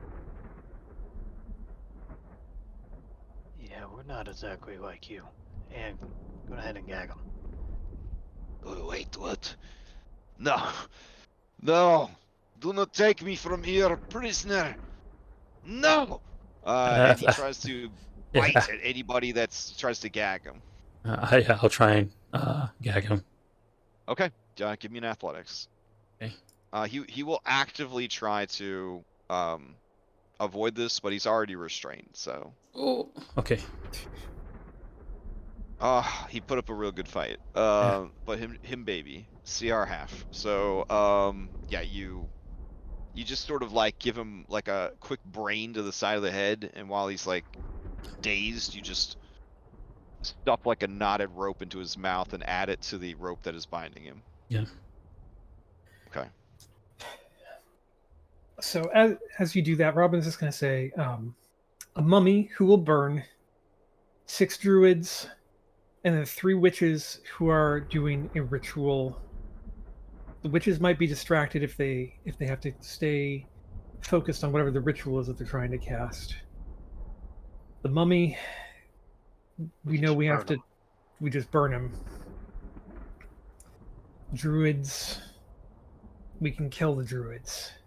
I mean, If there's druids there, there's also going to be probably those weird plant creatures. yeah. And also sounds like maybe the Dark Lord might be there watching. I'm surprised he'll be okay with something like this if they're going to level all his cities. Yeah.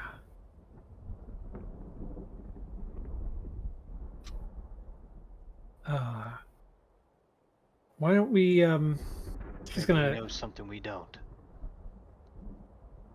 Well, I mean, technically, one of the cities is going to teleport to another dimension, or have some kind of crazy shit go down. So, I mean, Yeah, and he's gonna let that happen, of course.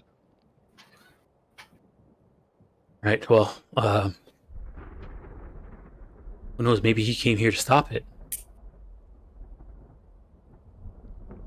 I still hear the drums. I mean, if he is the... Okay, weird thought here.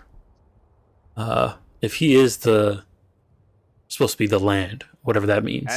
as you say that, Irenia, Victor, and Parpol all say, "He is ancient. He is the land." Like almost in unison. Yeah. So if they're raising like some weird, I don't know, plant tree monster or something like that, wouldn't it just be... would he just have it? This is supposed to be his... I don't know, like... How does that work? I mean, there's other monsters that roam these lands. He hasn't stopped them.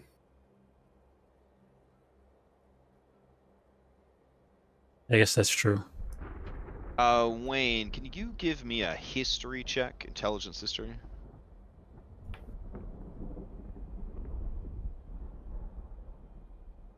Yep, 1 second. No worries.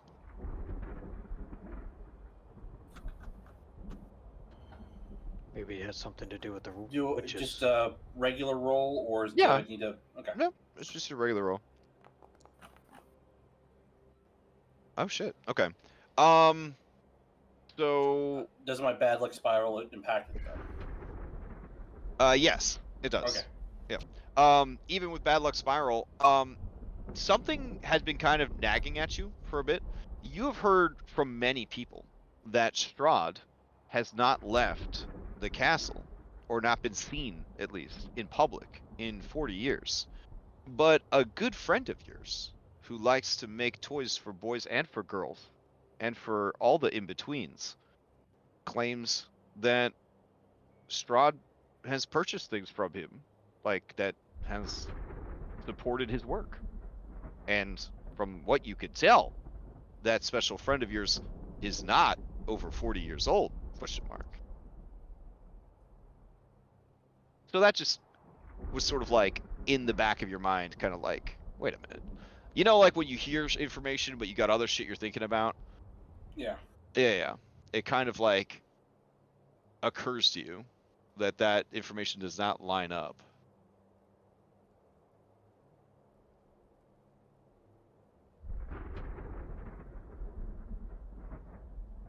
Well, we can't sit here for too much longer. What are we doing?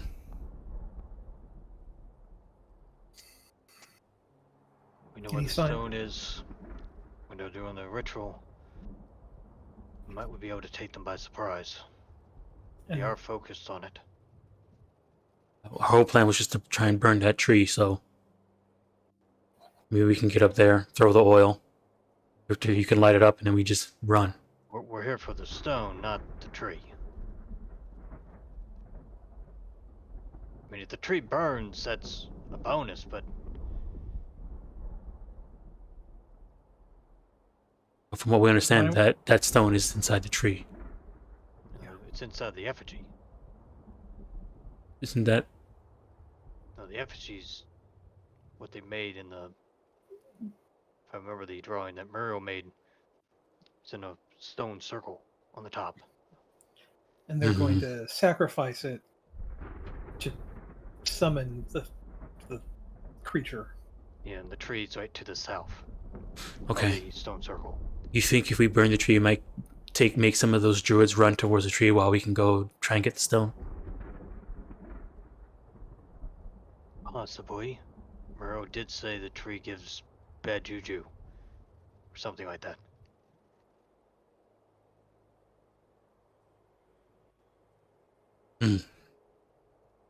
Either way, I think we should try to get closer so we can get a better look at what's happening.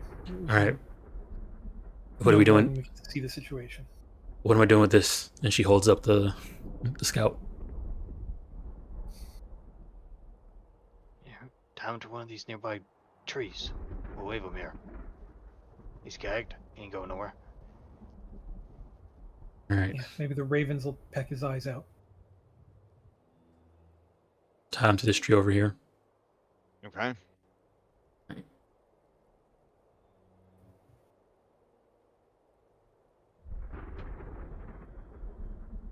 All right, so in between you and the ritual site is this massive evil looking tree.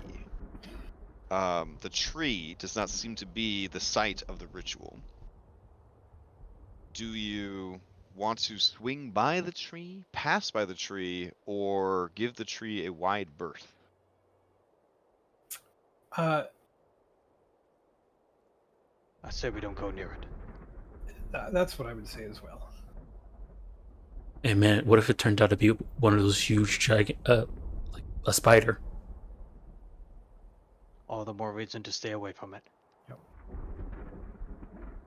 If when we get to the ritual it just looks impossible, we can go set the tree on fire then, but... Okay. Robin would suggest when we So, I want to know close, medium, or wide berth on the tree, for reasons.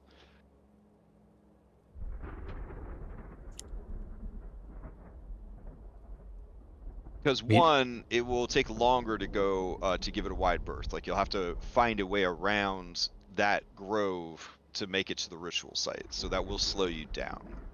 Medium? Medium? Okay. I'm asking the group. Yeah, I think medium is fine.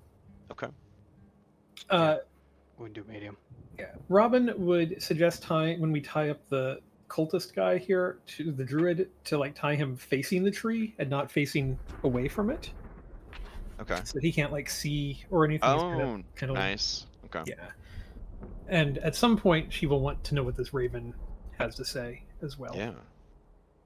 All right. Yeah. Once he's secured and you're kind of out of sight, she will do the horrible reverse meatball transformation. And she will say, I couldn't find any sign of them. The creature or Esmeralda.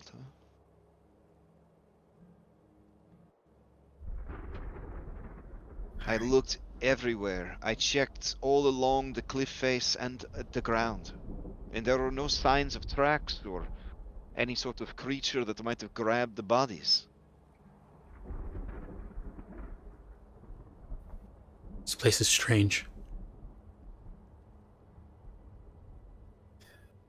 I cannot help but ask if those creatures were summoned by the Dark Lord. Then they were doing his bidding. That is something to keep in mind.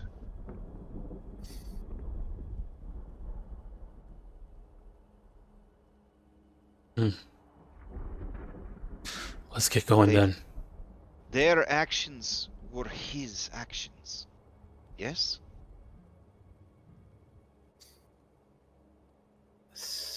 I mean, I guess you could take it that way, but Certainly their actions were based on his command, and he was... I don't pretend to know enough about the magic of this land to know if he had to take direct control of each of them, or if they were operating under just general guidelines, or if they had a specific mission to try to take Ez, or maybe if there are others of his fallen, maybe he wanted all. I don't know. I don't know.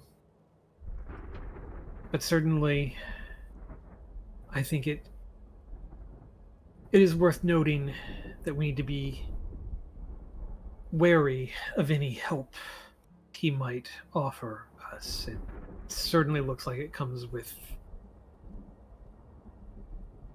some strings attached, perhaps.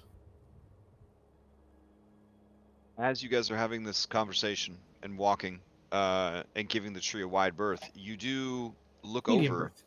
Yeah, medium berth. Sorry, medium berth. You do look over at said tree. Let's see.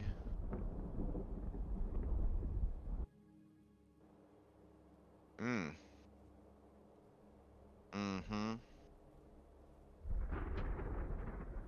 Eesh. The tree is moving at a speed that you can see, which is always a problem with plants in fantasy world. Which it was pointed out to me that there is like some kind of root that we grow for produce, that we force it to grow like in the dark or something, because that makes it grow faster. And it actually grows fast enough that you can hear it growing. Rhubarb. You can hear rhubarb growing. Yeah. And so, yeah, like you can kind of hear like the creaks and groans of the tree as it sort of sways in rhythm with the thunder and the lightning. And you can see even from this distance that what looks like bones or the corpses of men are sort of like in the skin or the bark of the tree, as if the tree has grown around them or maybe just absorbed them over time. Maybe it's one of those. Maybe that tree is like a face that opens up and eats people.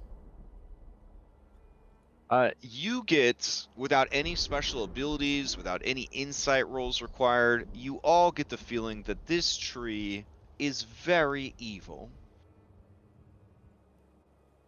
Yep. Like, there should be zero doubt in anybody's mind or heart. This is a very bad tree. All right. So, knowing that, does anybody want to get closer to the tree, or no? Sorry. Yeah. Okay. You're heading Medium. to the. Yeah. Okay. Got it. All right. Maybe a little wider now, but Yeah, a little bit. Yeah. creepy tree. medium At least plus, there's blood on it. Yeah, the tree's bark, it looks like a combination of like tree bark, but also just like sort of like charred, wet, bloody flesh, like raw, exposed flesh. It's bad. It's bad. Wayne's staring at the tree and he's just muttering to himself, and he's fingering one of the Molotov cocktails. Just doesn't say or do anything, just mutter to himself. You swear in that moment, Wayne, that you can feel the land crying out for you to do this, to go and end the existence of that abomination. For just a moment, you have this weird, like, almost like religious epiphany type moment that, like, that needs to be done. Not for any particular reason, not for immediate gain, not for the mission at hand, but like it needs to be wiped from from all existence. It is a blight among blights. It is the most heinous and unnatural thing.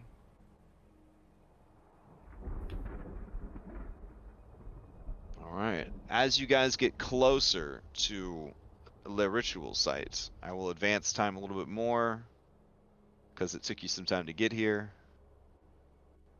You're now about 11:11. Make a wish.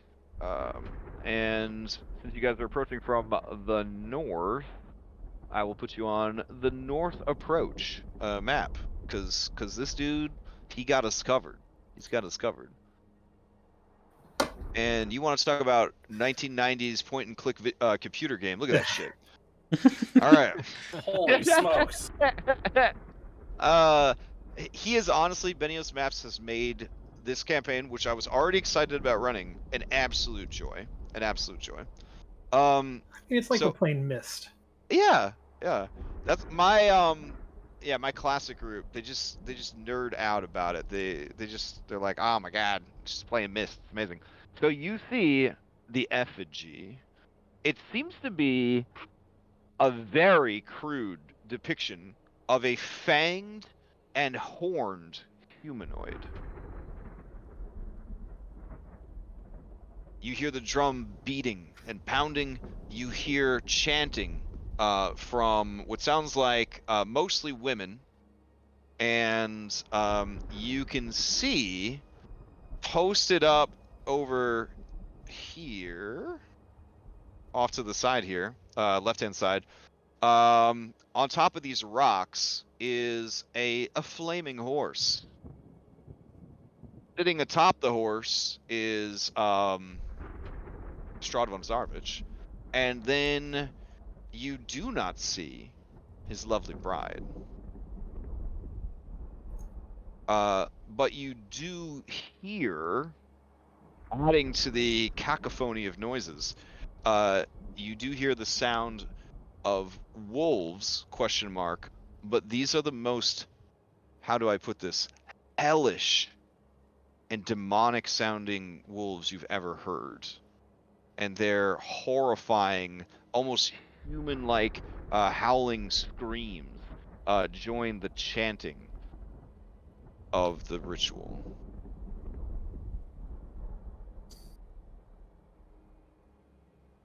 Maybe we should just go destroy that tree. What do you think about that, guys? It takes some of their attention, but if he's just sitting here watching, and I don't even see the wife anymore. Who is our stealthiest person? Probably Wayne.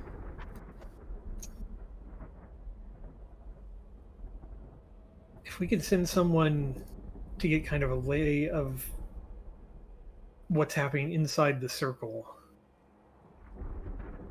Because I'd really like to know where the Dark Lord's bride is. Our stealthiest person probably either is Muriel or Wayne, and I don't think any of them should go in on their own.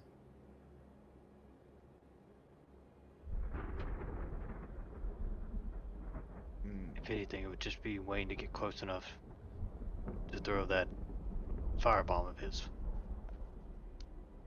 You think Muriel can fly over and drop it? What, on the tree or on the effigy? Burning the effigy is what they want. That's true. But there's probably some timing to it, right? Yeah. With the Molotovs, absolutely. I mean, Yeah, you have to light it first too. Yeah, that's pretty heavy. You can't do that as a raven. Yeah. Also, these druids, the Faithless, are pretty anti-raven. Yeah. Yeah. And like they can produce flame, and you know they have, well, allegedly the scouts are out on patrol or whatever. But plus we don't. We heard there's witches. I don't know what witches can do. Okay, what's the play here, guys? Are we gonna? Here, I'm gonna drop you guys onto the scene. just so These that you rocks kind of have a. high enough can. to provide Oh, cover. Yeah. I'm assuming that you guys, just like a 1990s computer game, you guys are here behind this this convenient rock. Horse. Oh no, Vanilla, what are you doing here, buddy? And you guys are kind of peering, around the rock, essentially. Hmm.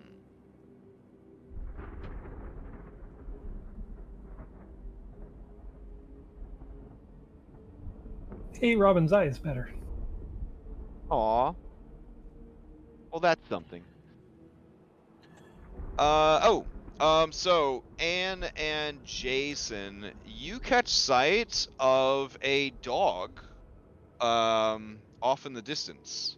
It seems to be, it seems to be urinating, sort of like a sulfuric acid onto some of the grass, which bursts into flames. The dog lets out like a and then it like scratches some dirt onto the burning grasses, and you see that the creature seems to be lit from within by hellfire. It turns and looks over in your general direction. I'm gonna make a perception check real quick, but it's gonna be at disadvantage, but it has keen hearing and smell, so it'll just be a straight roll.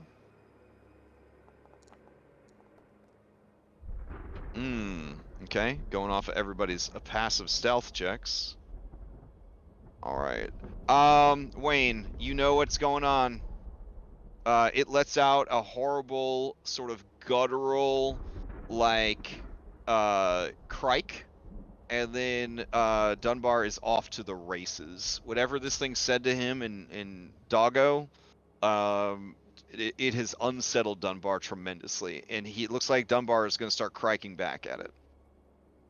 What's the play?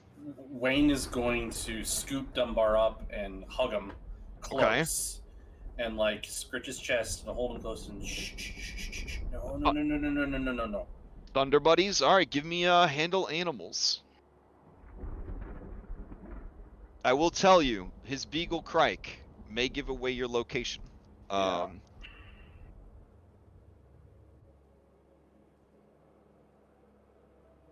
Okay, born on a farm would not apply here because that's beasts, and I mean, Dunbar is a beast. He is a beast. Mm-hmm. But let me just put it up. Okay. Oh, that rolled it.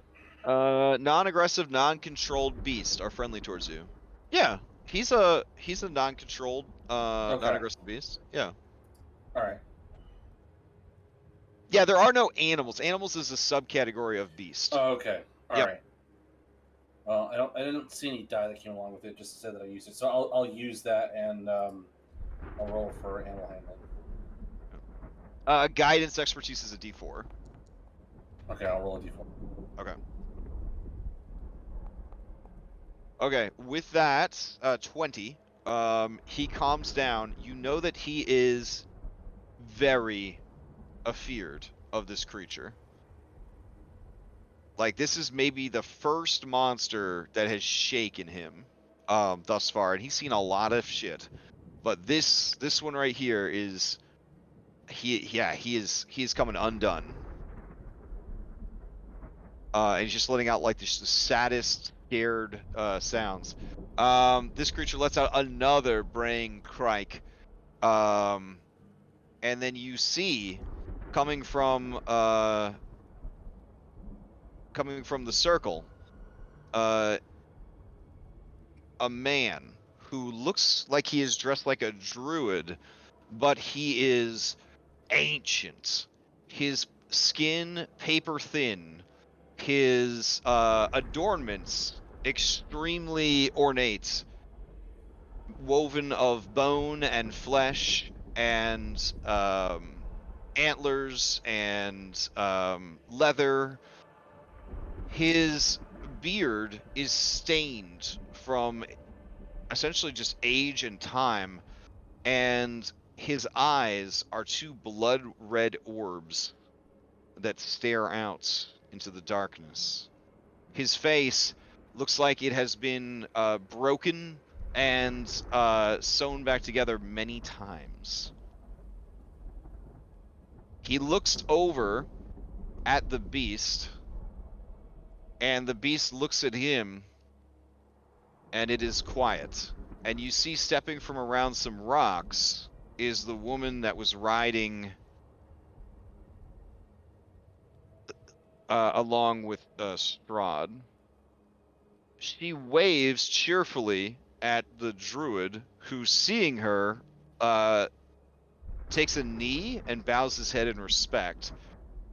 She begins to give loves and cuddles and scritches to this, I don't know, let's just call it a hellhound.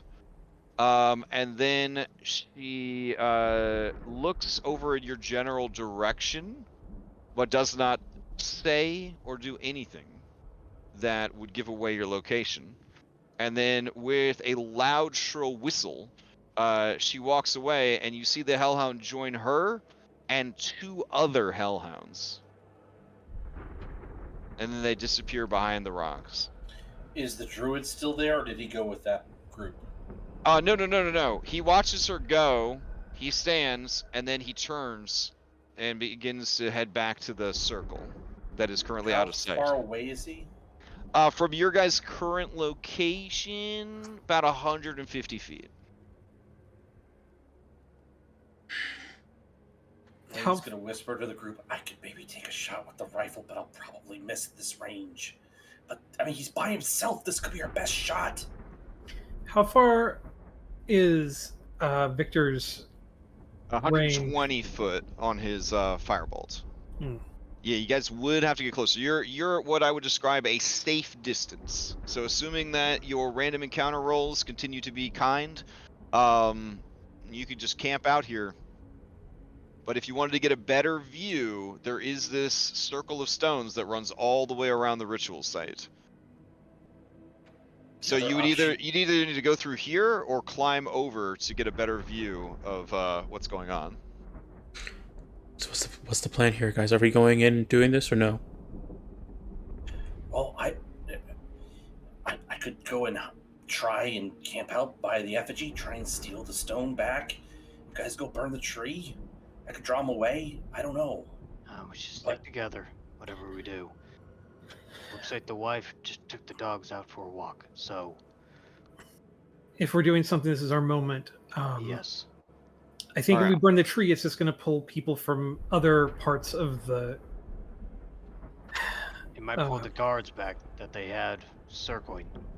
I say we leave the tree, and we focus on what's in front of us. Alright, then are we doing this or are we not? Are we going to try and sim the herd and try and get to the effigy? Or are we just going to watch? Because now's the time. If we can run up close enough, we can bushwhack him. I don't know. I say let's get up close and see what we see inside. Let's get up by those stones. Yeah, the ones on the right, towards the effigy. Might as well be closer to the stone.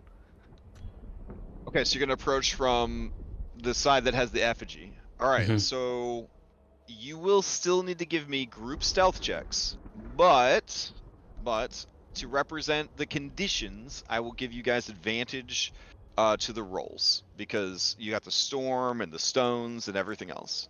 Alright, then mine's just going to be a straight roll then. Okay. Yep, straight roll here also.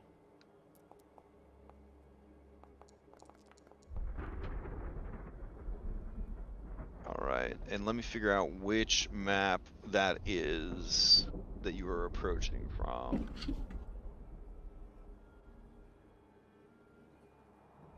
Well, before we we take our first step, Anne's gonna pull out as many oils she can and have them on hand, ready to throw. I think I have 3 left after fighting the spiders. Alright, I think this will work, and it's kind of adorable too, so if you guys can make it over there, that's the check. So, if you don't have, let me just run down the list. Robin, this would be a straight roll for you, or would you gain the advantage? I would have advantage. Okay, then you did fantastic. Anne, would you have a straight roll or advantage? Advantage. You did fantastic. Jason, same question. Straight. Straight. All right. Not the best. Wayne. Straight roll. Did I fail critically? You didn't critically fail, but you were very loud. I would say that it's probably you trying to get Dunbar to stay quiet, and Dunbar's just flipping out.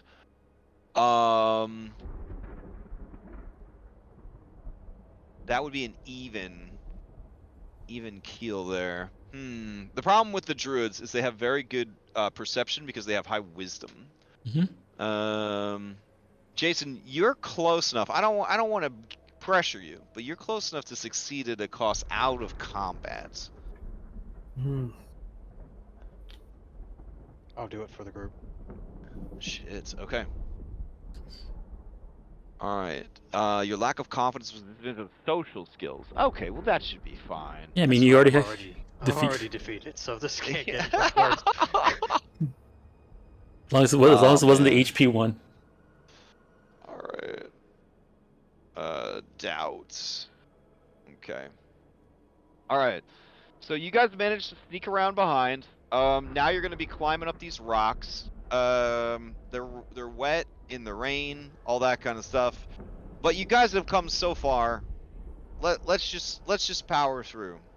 So what you would see is this. And now I'll take you to a combat map in a second, but you know, I just wanted to appreciate this very derpy effigy. This guy's little I like vampire that. Yeah, I fangs like and the yeah. Yep. Got the horns. Yeah. That face. The smoke. That face has to Yeah. be this has to be the thumbnail for this episode. This face. Robin is still thinking about Nicolas Cage, and she just says, "The bees, the bees." Oh no, you mean Ghost Rider? Maybe. Shut up. So off to the right, very close to you, I believe it's to the right of him, are these 3 Baran witches. And these ladies are very creepy. They have sexy bodies, but their necks are sort of ET long. So I don't know if you're into that. Their eyes are, as depicted, 2 glowing orbs that resemble serpent eyes or cat eyes.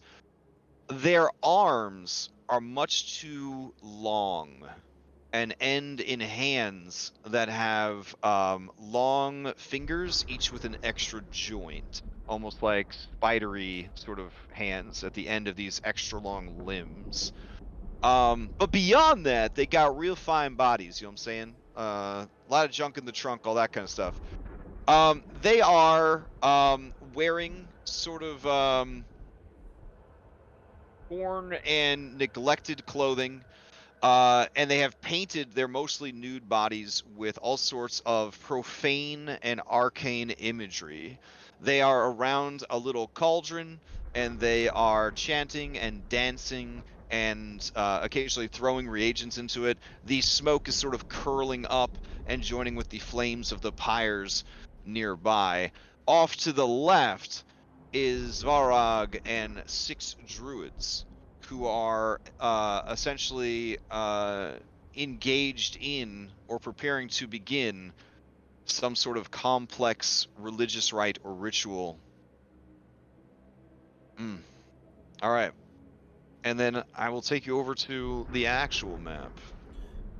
Quick question. From where we are sort of camped out, can we see where the stone is in the effigy? Is it like sort of like at the heart of the effigy, like just sort of like in a nest? You could give me, yeah, you guys could give me active perception checks, but you would have the same, there would be the same penalties there, though some of you could proudly say, bitch, I was already at disadvantage, and that's fine too. Bitch, I was already at disadvantage. There you go. There you go. Let's see.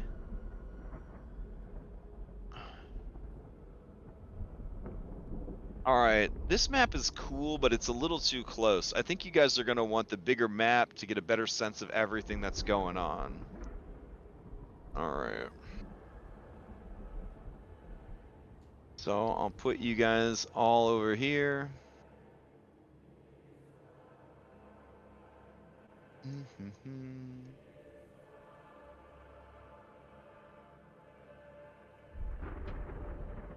All right, and then I don't normally say this, but if we could take a quick 5-minute break, that'd be great.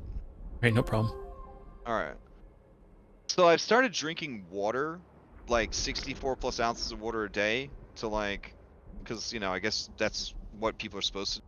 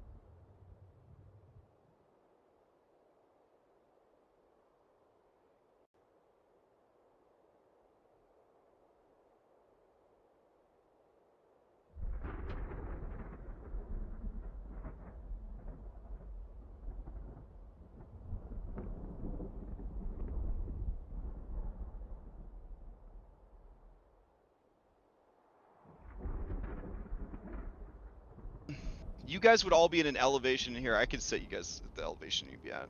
Can With you put mass me edit. cameraman down, Oh Crash? yeah. We'll do like Ghost of Esmeralda. Go. Oh, no, that's worse. Too soon. Ghost, one of the other characters. We still have those blind sight potions from Ez too. So We do. Okay. Here, I give you the ghost effect. I think I need at least 1 health. I can't see. Oh, okay. A ghost effect or a curly effect? There we go. Yeah, no, it's weird. I don't have sight on the map. Says vision's enabled. Maybe I put you inside a wall. Oh, I think I put you inside a wall. What about now? No, sir. All right, I'll hold watch on. the Twitch. What about now? Okay, I can see. All right, cool. Yeah, you gotta. Alright. You can't just have them actual hidden. You gotta use Can the I spook around the map? I'm kidding. I'm kidding. Let's see. Height. Elevation. Here we go. You guys will be 20 feet up on these rocks. All right. And you can see your friend over here, your buddy. Over here in the left-hand side. There we go. How close is the effigy to this rock wall on the back? It is as depicted on the map. How? Looks like a 5-10 foot. Well, no, a lot more than that. Like 15. It should be Yeah. actually the measurements should be Yeah. available. Yeah. Well, no, it's not like, I wouldn't call it a straight above look. It's like kind of angled. So. Oh! You're like, where's this actual miniature? Like, where's this body at? That's a great question. Yeah. So I will draw that for you real quick. I mean, I can see where it is. It's just, it's like I'm thinking.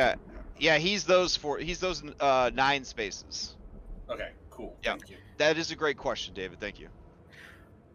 How close does it appear for them to be to start the ritual? Like, are we 20 minutes out, or does it appear, or are we like? You get the 3 idea minutes out? that this is when it gets to midnight, they will have completed the ritual.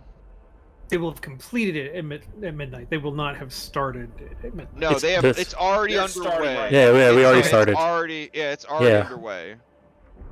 Like, if you let them finish, they will do whatever it is they're gonna do. Well, then I say we attack if they already started. And let's see, with those perception checks at disadvantage, you guys were unable to discern where the stone is.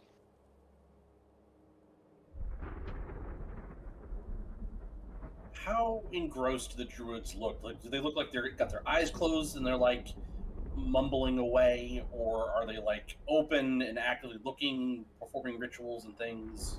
That is another great question. They seem to be engrossed in their ritual, and they already have disadvantage to everything because of the storm and stuff. But they would also be, if this was a different game, they would be under sort of like distracted rules. So even if you were making like obvious sounds and stuff out of vision, they would probably just ignore it because they are that focused on what they're doing. Is there, maybe especially from the actual Barovians here, like, is there any religion check or anything that could be made to see if either the witches or the druids look like they are engaged in something that, like, if they stopped doing that part of the ritual, if they got distracted from it, if we pulled people away, like if it would delay, if it would end the ritual. Let's see. So resident Wizrobe in training, who's been just tanking all of his rolls tonight, he doesn't recognize the arcane aspects of this, but he does recognize that as a religious event that is likely tied to the moon or night or mother night or essentially midnight, now that they have started it, they must finish it, and once they have sort of engaged in it, they must continue to do that, and as long as any druid is left, that should be enough to finish the ritual. I will go and get some sort of visual aid here to kind of show, kind of video gamey, that these 7 druids are sort of tying themselves and their life force to the ritual. And you do see that there is like wafting smoke coming from this little cauldron over here that is definitely kind of being wafted over and heading towards the effigy. There we go. All right. Wayne is going to, in a hushed voice, say to the others, "What if we do this? I go up the middle, light a Molotov, throw it at the ugly guy. You guys flank him, and we just have it out." Here, I'll throw a bunch of cool shit down here. I'm behind that weight. We'd have Iranian Victor shoot from up here.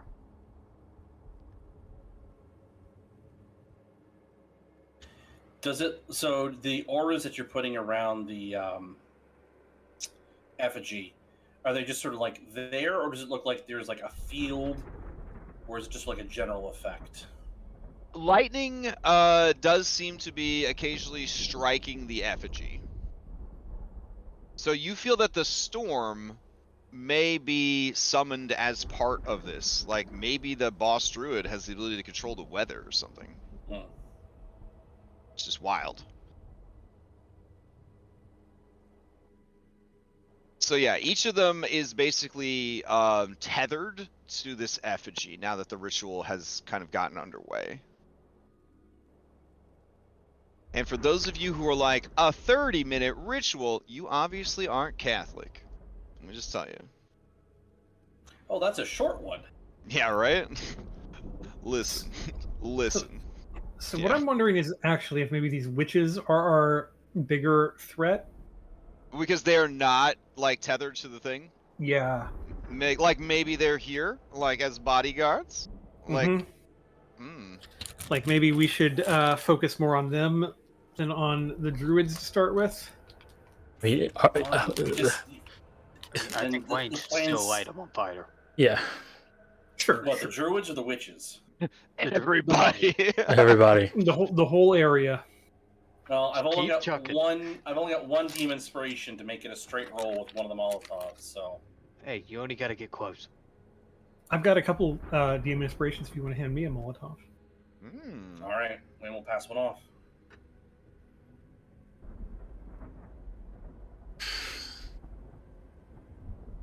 I'm sending it to Robin, right?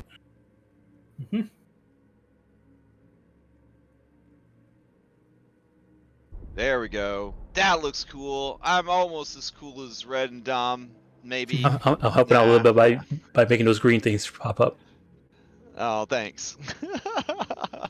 All right, did that go through? Yes. I think you sent me 2 of them, but... Oh, I did. I only meant to send 1. Jesus. Here, It's also raining. Tell me if the rain starts to break everybody's computer. So far, so good for me. Okay, great. I just changed it to 1 on mine if you want to put yours up by 1. It's off my sheet now. Oh. Well. Just drag it out of items. I was gonna say, it should be an item now, right? Oh no, it's actually non-item. I thought it was. Crash made it special. Well, the Molotov should be an item. I think you need to share it out, Crash. Yeah, we can't drag it in. Oh, my bad here. Everyone's an owner of Molotov cocktails now. So if it's easier just to like delete from a sheet and then somebody adds to a sheet, you could just do that. Yeah. Yeah, whenever you send stuff to people, it sends the entire stack instead of just one. Okay. Yeah. Got it. Okay. All right.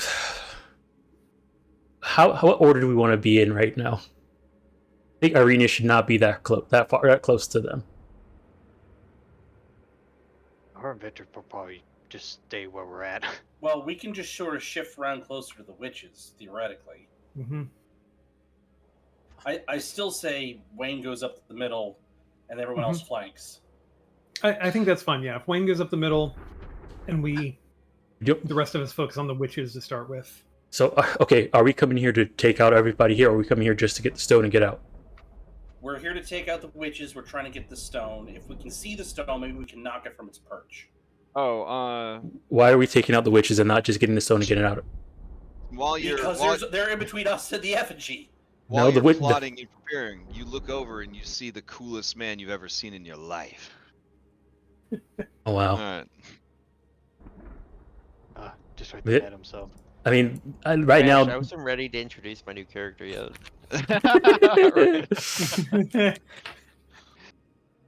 Because right now, we have if we are where we are on the map, we're pretty much in a direct path towards that effigy. We haven't seen it though. We don't know where it is. Just that it's in. The stone in the effigy. We don't know where the stone is. We just know what the effigy is. But if we go for it, we're going to have all this flack. I don't think we can necessarily outrun it. I think we got to do some and some. I think we have to weaken the enemy into a position where we can get the stone out of the effigy, and then we make our escape. Just thinking about like what we can do here. I mean, from a practical standpoint, we have an element of surprise that we can use right now if we want to try to damage any of these people. If we just make a run for the stone, like somebody's going to have to climb that tree, find the stone in it, and like we're going to get hammered while we're just trying to do the thing. Exactly. And have one person out of combat. I think it, and then we still have to like find a way out of here. Without them pursuing us, or we're just going to get picked off as we try to leave out here. Control the situation and then try and get the stone out. Okay. That's my take. I think the fire will do that. Plus to do some damage to a man who we think will burn, and we can keep the witches under control. Hopefully, take them out of the picture.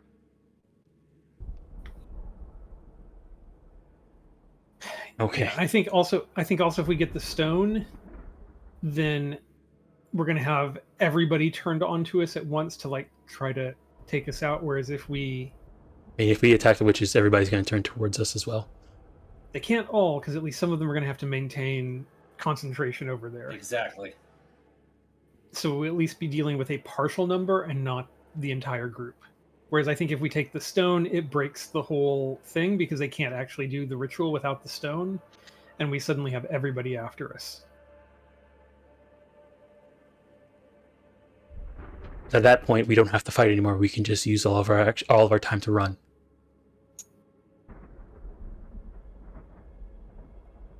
With active initiative kill too. Our pursuers. Okay, I mean, if that's what we want to do, we could do that. I don't want to do that. I don't see us having enough economy or skill to get to do what we want. We're too low level. I think our best shot is a stand-up fight. I think that is my opinion only, though. Yeah. Okay. Well, we'll see. Well, either way, once we start, is anybody a half orc? I mean, you could just jump off the cliff and then live with 1 hit point, and then limp away with whatever injury you get and the stone. Well, we weren't allowed to. I mean, half orcs don't exist in this campaign. Yeah, that's true. There's got to be class features that simulate that, though. Maybe. I don't think there actually is. Right? I don't think at level 3 yet. I guess the closest thing is you jump, you go Barbarian, to 0, and we spin our bonus action. There you go. Yeah. As long as you don't die outright. Yeah. Okay. Well, ready? It sounds like a perfect plan.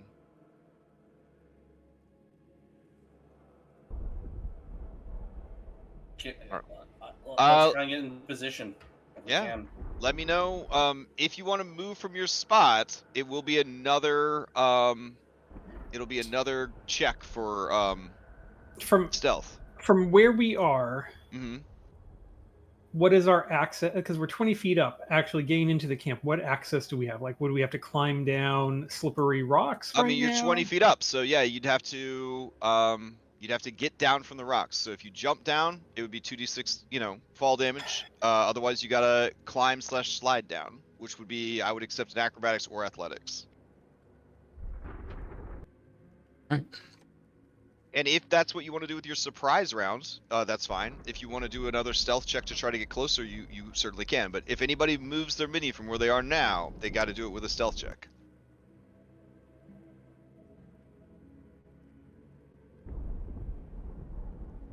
Wayne's going to have to get closer, because the range on the Molotov is only 30 feet. Okay. I mean, do you want to get closer with your surprise round?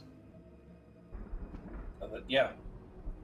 Or do you want to try and get 'Cause the closer thing is, before? if you guys, it's like a game show. If you guys are like, cash out, baby, and you just say, let's do it, we roll initiative, you guys get the surprise round, you do Yeah. whatever you want for one round.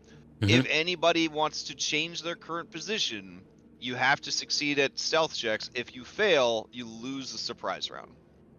So I'm saying. I So think we you could push your luck and try to reposition from where you currently are. But right now, you are doing like a hero huddle in the safety of these rocks, kind of shielded from view, peeking out through the cracks, kind of looking down at what's happening. With the surprise round, you can also control initiative going into the next round. Mm-hmm. Mm-hmm. Mm-hmm. You could have 2 full actions. Yep. I say. I say let's. I say we want to attack from here. Yeah. Yep, I say we start it. Okay. And all die. I think it'll be great. Aww. Oh, no, you're right. We might all die. Well, in that case, maybe Robin should kick us off with tossing the Molotov, because I'm gonna be in a bad spot from where I'm at. You at least can get within. I mean, you're gonna be starting the combat, Wayne. Okay. So let Just me get- I grab didn't know how the everybody. surprise round worked, so. You always win initiative. Okay. All right. Yep. Then I'm gonna. You can also move still. No, I'm good where I'm at. If it's all right with you guys, these 3 are going to abstain from combat. If you'd like them to roll in, I will roll them in. But they're here to witness Figured. down here in the south. Yeah. Yeah.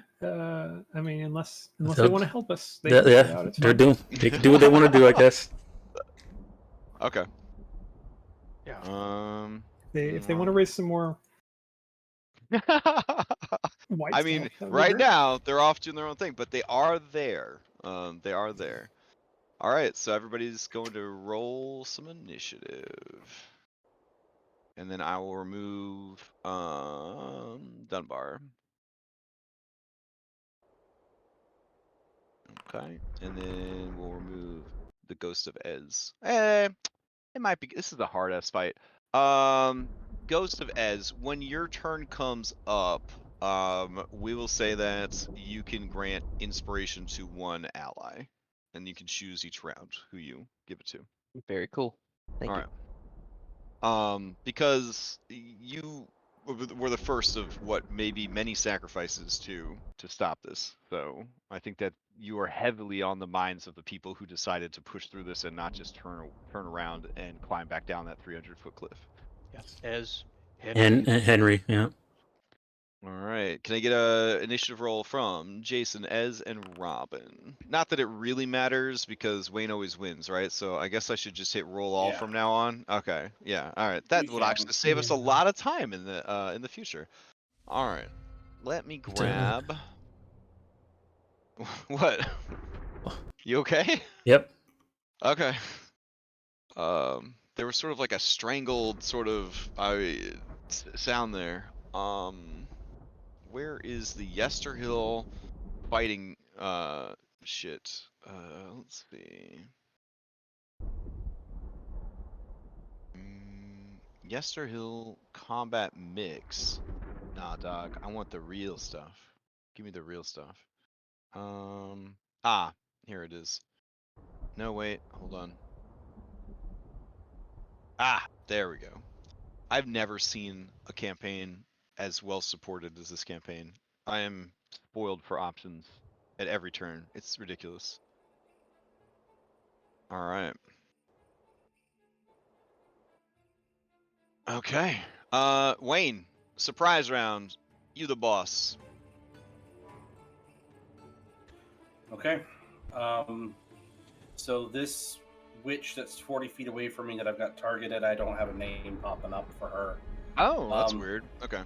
I don't know if it's a setting on my end or. Nah, it's just weird. Some of these monsters, for some reason, token mold can't boss them around. Here, I'll make it hovered by anybody. All right. Now they should have names. Busted. Okay. Busted. Oh, she busted. All right. Busted or busty? Yeah, look at this. Busted, obedient, and lackadaisical. Yeah, all of the druids Honestly, are doing the same great thing. witch names. Very Yeah. great witch names. Yep. Okay, Wayne's gonna take a deep breath and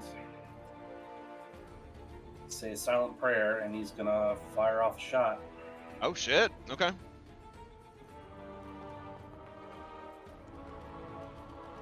All right. Yeah, that is going to hit. Right, 19, because you had the first attack against surprise. Man, we had a discussion on the server. Whatever. I think you got it. 19 for 14. All right. That just takes a fucking chunk out of her her shoulder and spins her completely around. And you do see that she does bleed red blood, despite her freakish appearance. And she lets out an almost sensual moan from the pain, and she cocks her head and looks at you, and you see that her long ET-like neck kind of extends forward a bit to sort of take your measure, as she's going to steal and strip away her surprise status as her action. But what else do you have to do on your turn? Well, bonus action, I was gonna fire my offhand weapon. Oh, hell yeah. All right, go for it. All right, so this would be without the advantage because you know, did the first attack or whatever. 21, right?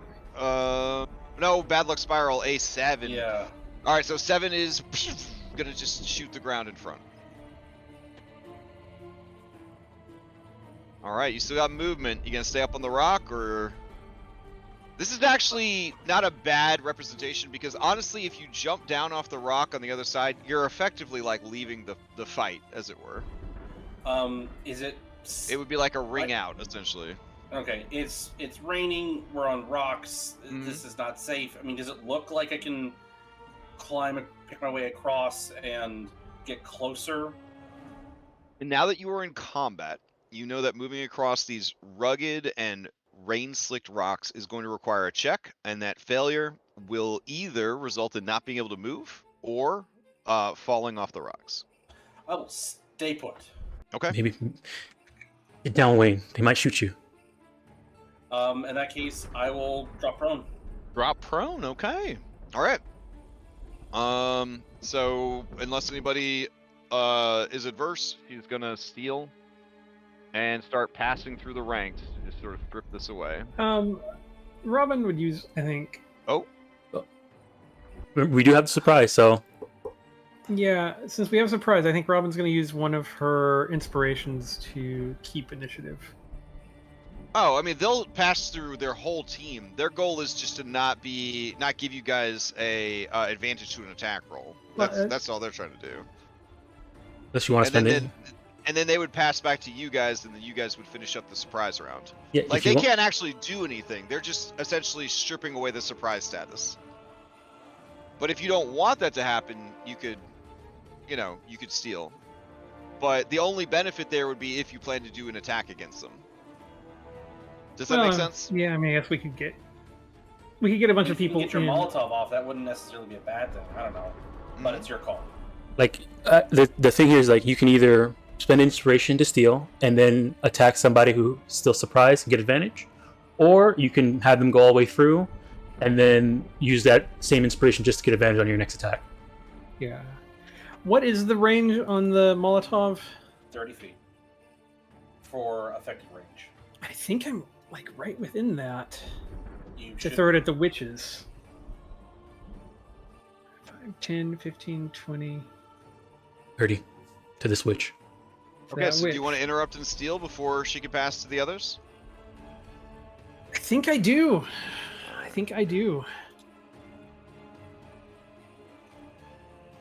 Here, I have a health bar here for the effigy. There you go. All right. And I'm going to... let's see.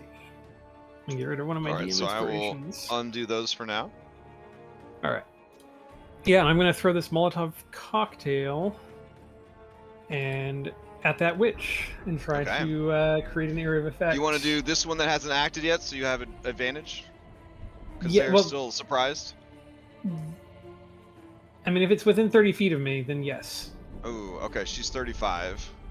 But you do have, yeah, you could do this one, But but if you you wouldn't. pick your target, if you pick a spot on the ground that's 30 feet away, then it's not a disadvantage because it explodes outward.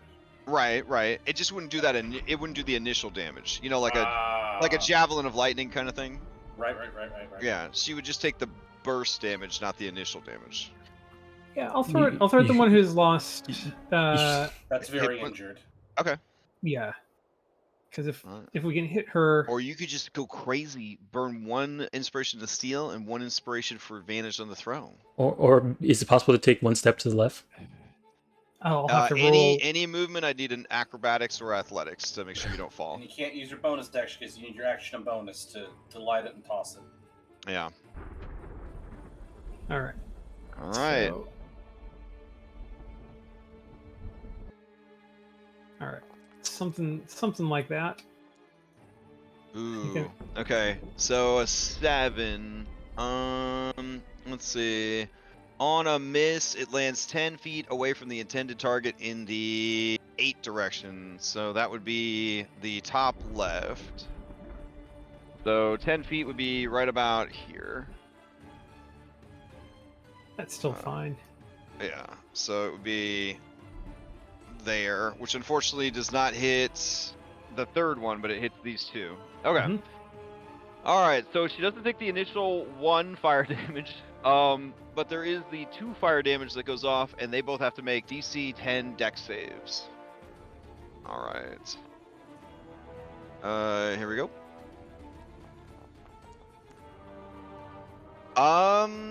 They make the saves, taking half the damage and not catching a blaze. They have no resistances or vulnerabilities to fire that you can tell, so they each take 1 point of damage. All right. I think that's what I have. All right. And then the area kind of burns, but the ground is so sodden and the rain is coming down that it kind of damps it out pretty quickly. All right. Now they would steal, and just kind of burn through their actions. Oh, you know, I'll also put my mark on the bloodied one. Okay, sounds good. All right. The warden's mark. There we go. All right, and if you're not opposed, I'll just say that all 7 of these guys just pump energy into the effigy with their turn. Right. All right, and so they will pass to Anne.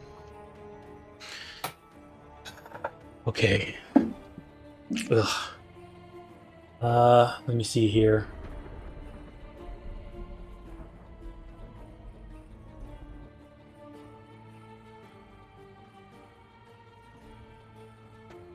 Yeah, we'll have maybe hopefully we can control it for the next round.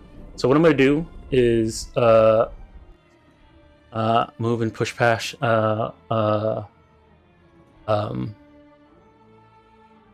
Robin and kind of like climb down as quick as I can, and then bonus action dash to the bloodied witch. Okay. So here's my athletics check to move on the rock. Athletics. Okay, yeah. So, well, you got 21, right? Yep. All right. Yeah. So you gripping the rock, finding footholds, you can crawl down without taking any fall damage. So after there's a wall there.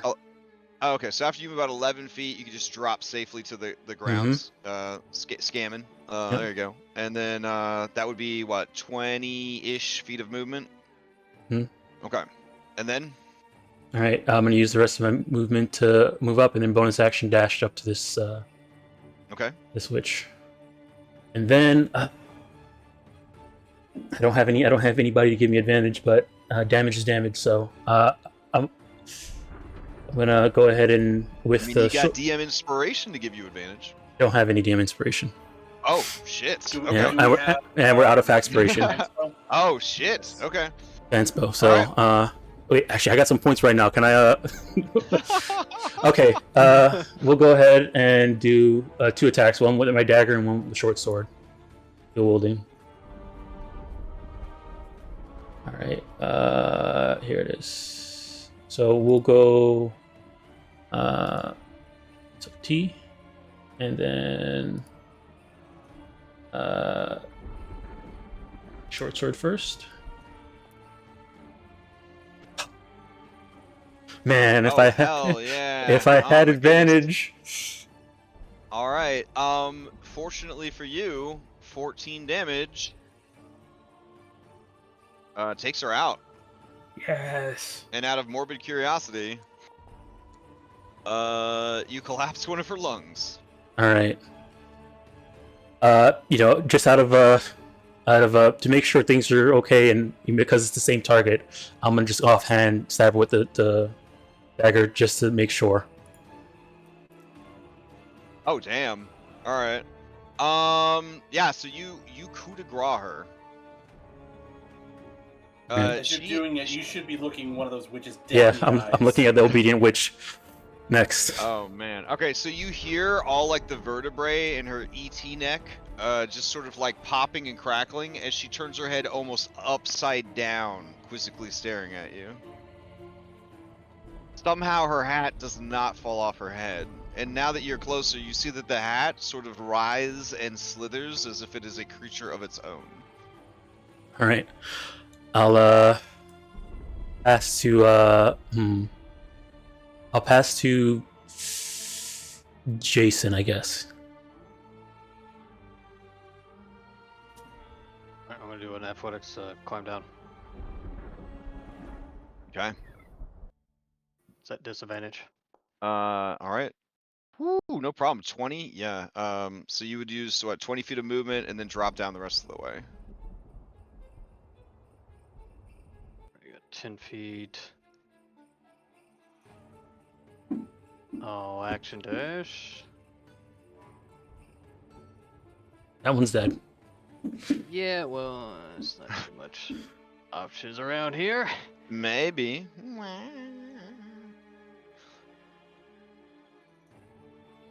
Oh no, now that you're close on her, Anne, you see that she mostly is wearing like torn rags that really don't do much in the way of clothing, and you realize that the torn rags are actually a satchel that sort of clanks with the sound of glass bottles when she died. Okay. I'm gonna pass to purple. All right. Let's see. Passing to Purple, he is going to try and climb down. He's gonna say, he's gonna turn to you, Robin, and matter-of-factly, he's going to say, "And strong." Like he's telling you the news. Mhm. Like this is the weather. Robin will smile at him and say, "Purple strong." Oh man, him blush, but yeah, he climbs down. So that's 20 feet. And then he is going to move. I guess he'll just move and dash to get all up on him. Is that the plan? All right. So yeah, he'll move to here with a dash, and then item interaction, because Purple follows all the rules. He takes out his club because he wanted both hands to safely climb down. He always follows all the safety precautions and store policies. All right. How his uncle died. Damn. Okay. He is going to pass to. Fuck. Let's see. I guess he'll pass to Victor. Victor is like 20 feet away from everybody. Like ranged attack. Did you want him to try to set Winter Splinter on fire? Or you guys want to kill all the witches first? I think we're focusing fire on the witches first. Right. Then he will provide this incredible spell called Firebolt. All right. Oh my god. And hit her for 1 point of damage. It's like the lighter that just won't like light. It is raining. Yeah. All right, Irenia does not have very good range with her weapon. It is a hand crossbow, so this will be a disadvantage, but she'll go for it. How hard could it be to hit these ladies? I think she's at disadvantage anyways because of the tremors. Yeah. Every time you use a item held in your hand, oh, she can drop. Has a chance of dropping it. Yeah. Oh shit! I haven't been rolling that for her. All right. That is a what save? Con save. Okay. DC 8. Oh. God damn it, Irenia. All right, so it clatters to the ground. Let me roll a D8 real quick, or I guess I'll roll a D9. All right. An 8. So it actually falls on the rocks next to her back here. So then she will go ahead and pick it back up, but that is her turn. All right. And I want to say, oh no, Muriel's up. Muriel is going to land here, and then turn into herself with her action, and that will be her turn. So she'll fly down, and then she'll turn into her humanoid form. Yeah, sure. She likes her humanoid form. Oh, but she'll be naked in her carrying her humanoid form. weapon. Yeah, was she carrying her weapon in her little talons? No, you're right. So she would just do hybrid form, so she could use beak and talons. There we go. All right. I was afraid to go to Fur Affinity and look up naked raven women. I'm sorry. So she has this hood in the art. It's not, very authentic, but it is what it is. And that is buddy. Let's head into the second round. All right, Muriel controls initiative. Who wants it? I'll take it if she doesn't want it. Well, she can't give it to herself. Oh yeah. Yeah. She'll pass it to you, Anne. All right. Staring at this other witch, I'm gonna get in flank position with Parpel. Okay. All right. And go ahead and make 2 attacks. All right. Where's my inventory? First with the short sword. Oh. Advantage though, right?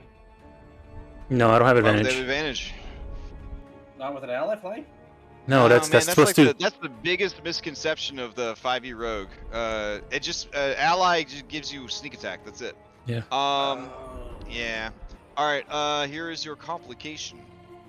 Fatigue. You must make a DC 11? Because you guys are level 3. No, sorry, 13 plus APL. So a DC 13 con save. All right. Save Constitution. Oh. All right, but I'm well rested. Oh, yeah. Oh, you are. So you'll lose your well rested buff. Yeah. Okay. Great. All right. All right. Get rid of that, and then I'll go ahead and offhand with the dagger. Okay. 22. That would be 4 less damage on that, so it'll just be 1 damage on the 5 instead of 5 damage because it's offhand. Oh, okay. So 7 damage total. Yep. All right. All right. So that was action. Bonus action. I'm going to. Can I item 5e shuffle? Rest of my movement. Item interact. Place the short sword on the ground for Muriel. Oh yeah, that'd be great. Sure. All right.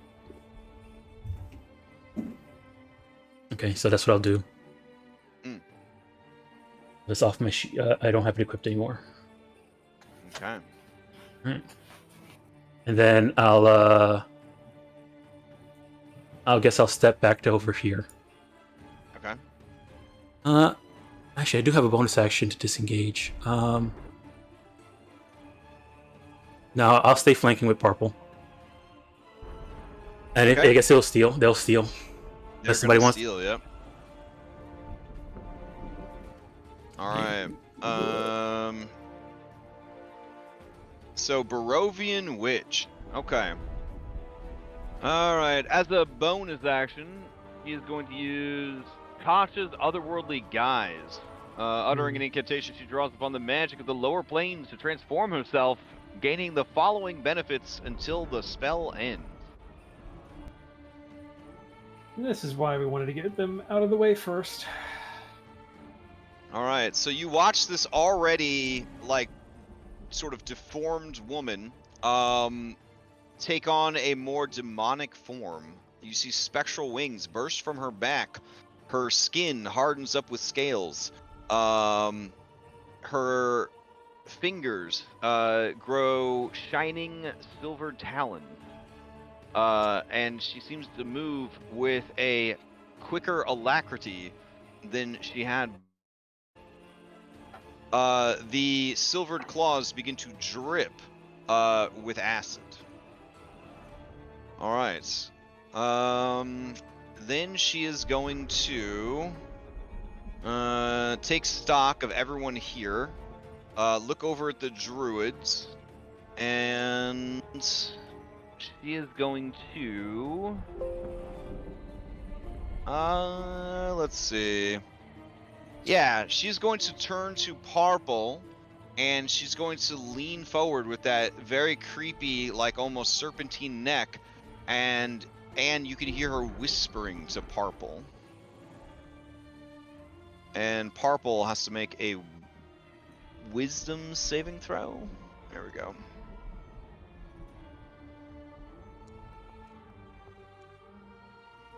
All right, and as he fails this saving throw, he lets out a frightened and uncontrolled laugh, and then he begins to laugh louder and harder, his eyes wild with madness, and he, I believe, falls prone and begins rolling around incapacitated with laughter from whatever she whispered to him.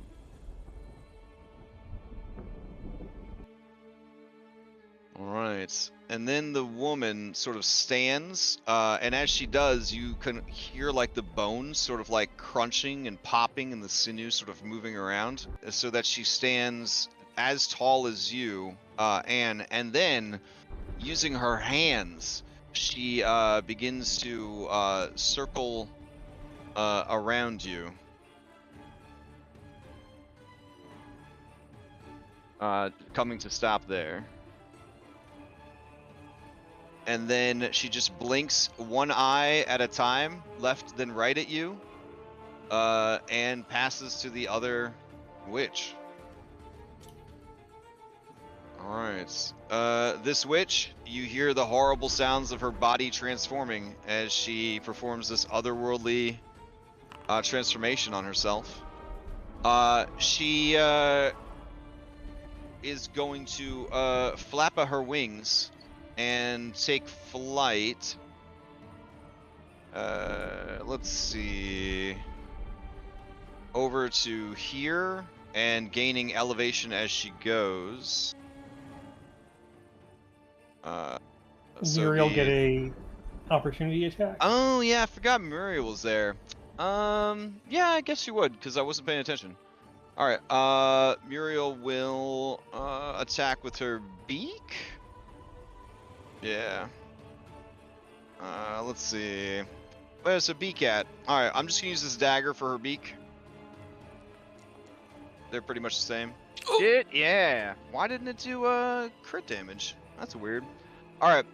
So that would be 8 points of damage. Let's see. As I don't think her attacks count as magical though. No wait, I have them. Yeah, I have their shit count as magical to avoid the werewolves can't hurt werewolves bullshit. So, so yeah, that would get through the defenses here. Sure, as she flies away. In that case, as she is flying away, she will turn and she will slash. The witch gets an injury. She was crit. Oh, you're right. Let's see. Where's that broken wing injury? Gaping wounds. All right. So let's see. And is Tash's otherworldly guise, is it concentration at all? In this instance, they are using it as like a shape shifting ability, Okay. and less as an actual casting. Yeah. Okay. So Just double no, check. that's a good question. Yeah, I shouldn't have had it targeted on there. Okay. And then it's mostly just to gain the effects of the spell. Mhm. So let's see. She would have gaping wounds, which means she gets Another one. She just has 2 wounds. an extra wound. Got it. Which means that her total HP drops by 4. All right. Is it clutch? Yeah, it Opportunity was. attack by Muriel. All right, so she's gonna spin around then, caught off guard by Muriel, and she will attack with primal savagery twice, slashing with each of her claws. So once and twice. All right, so the first one tags Muriel for 1, and the second one misses. And then she will finish her movement by kind of flying up and away to about here, and a height of 40 feet. All right, sweet. Muriel was damaged, so Muriel's gonna steal. All right. Joke's on her. Muriel can fly, so she That short sword's on the will- floor there too. Needs Yeah, it. she'll go grab the short sword, and then she will, I guess, fly up and after her.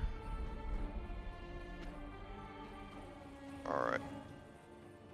And she will attack with, I think she gets to attack twice. Yep. So here we go. Is this her short sword that she entrusted to Parple, or is this just an extra one you had on you? It's just the one I had on me, so it's a regular. Oh, shit. Okay. All right. All right, so once and twice. Oh, shit. All right. Okay. Now, since this is not a magical short sword, I believe the transformation, no, it doesn't give them any resistance to that. Just immunity to fire and poison and the poison condition. It makes their weapon attacks magical. Okay. So then, yeah, she takes the full damage.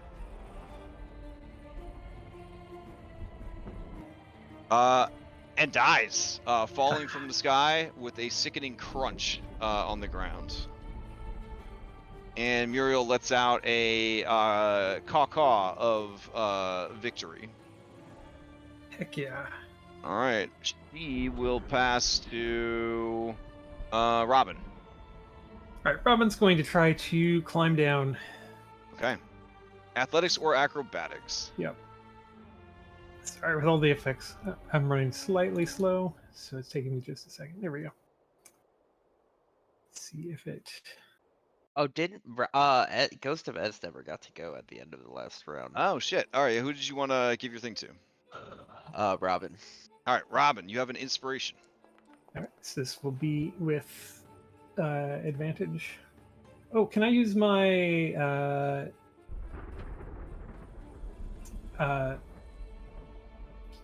Expiration? yeah, my special die for You Faxpiration. definitely Yeah, should, because DC is 15 Yeah, here. yeah. So, So that's what, a D6? If you fail by not 5 or more, you can't move, but if you fail by 5 or more, you fall. So yeah, it'd be a D6. Like you want to get a 6. Here you go. Hey. All right. So you move 20 feet and now are down on the ground. All right. Essentially, you kind of slide down and then hop down the rest of the way. I'm stuck on a wall, so Oh, I can't I got you. move there. There you go. All right, so I've gone 20 feet so far. So I will take the dash action to run over here and flank with this lady. And now I am also within 5 feet of her, so I will move my mark onto her. Okay. Actually, you know what? I won't move my mark onto her. I will use my my other mark, which that'll lock her in place unless she takes a disengage action. Oh, okay. My Warden's Grasp. Yep. Got it. That's my bonus action. All right. Anything else from Robin? No. I'll go ahead and pass to Jason. Okay. Now this one right here is concentrating on the Tasha's hideous laughter. This one right here. Is that what that spell was? Yes. Who knew? Yeah, who knew? What? Yeah. So who you passing to? I'm sorry. Jason. All right, Jason, you're up. All right, I'm gonna believe in Ann and Robin and Muriel can handle the one witch. I'm gonna move back towards the line of the conga terrain.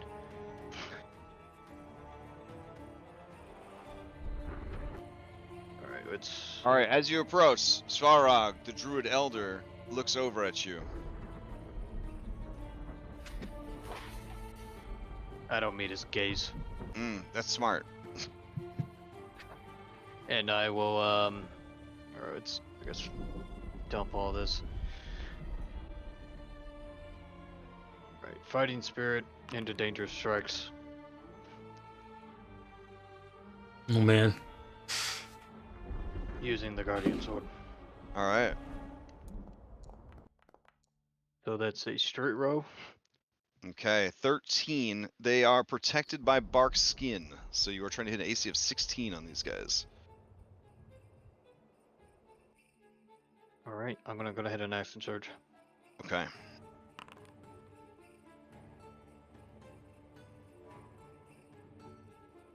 Are you using your new sword?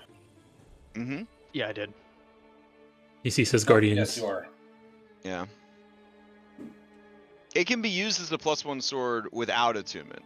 But with attunement, it can do other things. We didn't have enough time to attune. Yeah. Ooh.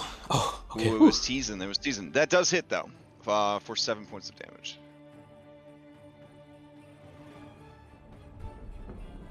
Alright, that's everything I got right now. We'll Okay. pass to Oh, he's gonna steal for sure. go ahead. All right. As he steals, it looks like he wants to stop and fight you, but Stavrog looks to him and says something in Druidic, and the man continues channeling his life force into the tree, and he is going to pass to Svarog instead.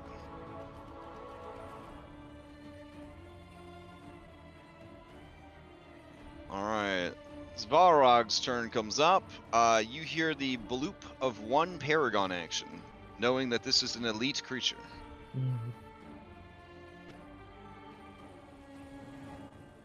All right, and he is going to disengage from the ritual, which means there would only be what 6. 6 left. Okay, with him out. I'm trying to grab it, but there's too many now. Just believe me that he's out of it. And then as he does, let's see. Yeah, why not? He raises his Gulthius staff high in the air, and he calls forth a wall of thorn.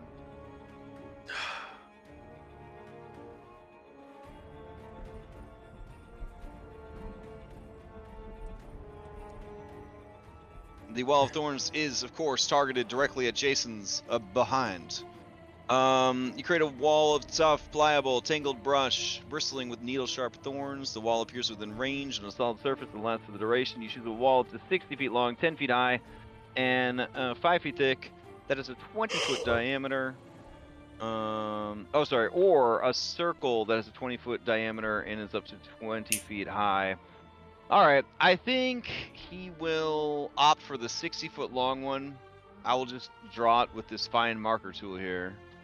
Let's see. So we'll go 5, 10, 15, 20, 25, 30, 35, 40, 45, 50, 55, 60. There we go. So we'll do like this, and then I guess these will be like the spikes. Oh man. There we go. And then I'll throw down a this is how 5 feet thick? Yeah. So let me throw down a wall real quick. And I'm sure the Foundry will love me drawing a wall while everything else is going on. It'll be like, that's great, man. Thanks. Oh yeah, I could feel it. It's definitely into it. All right. There's the deck save. Okay. At disadvantage, of course. We're almost there. I just needed to poop out one more wall. I can feel Foundry digging deep, trying its best. Oh god, that's a really bad save. Maybe it will give me the next wall? Alright. It couldn't. Oh my god. So, drawing walls in Foundry when there's already lighting and effects is like really, really hard. Yeah. Yeah. There we go. Alright. And then I'll make it 10 feet high. Ugh, we made it. We made it to the finish line. Alright, cool. So, Jason, you would then take 25 points of magical piercing damage. Is that enough to cause an injury? Yes, it is. Alright. Here is an injury roll. Bumps and bruises, no additional effects. Well done. Okay. And then that would be his action. Does he have a bonus action? Oh, when the druid uses an action to cast a spell, it can make one weapon attack as a bonus action. But you are not close enough for that.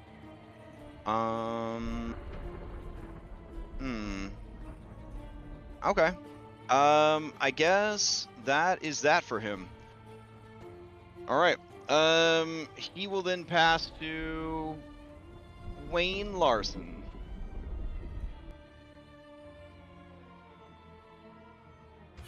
Okay, so with that wall there, even with me having some elevation, I imagine that obstructs a lot of my line of sight. Yeah, you 10 really, foot you really tall? can't see the you really can't see the druids It's except for because how maybe close they are to that wall, because they right. have to be Yeah. further away.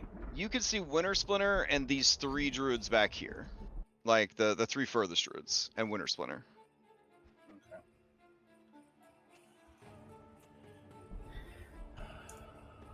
If you can interrupt the witch, we might be able to get Purple back into making some attacks this round too.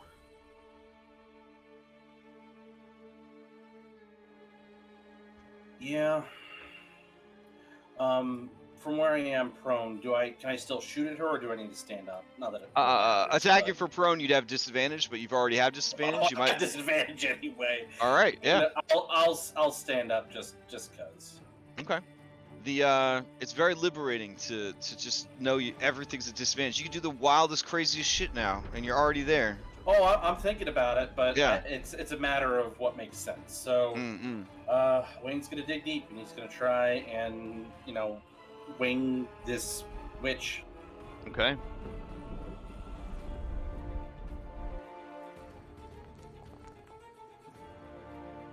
Ooh, that's a disadvantage. An 11 would not get through her her scaly like demon altered hide. All right. Offhand. Okay.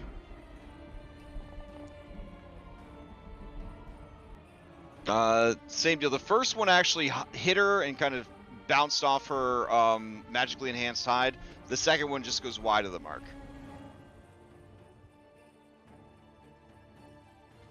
I mean, that's about what I got. Okay. And anything else would be suicidal without help. Okay. I maintain control. I will.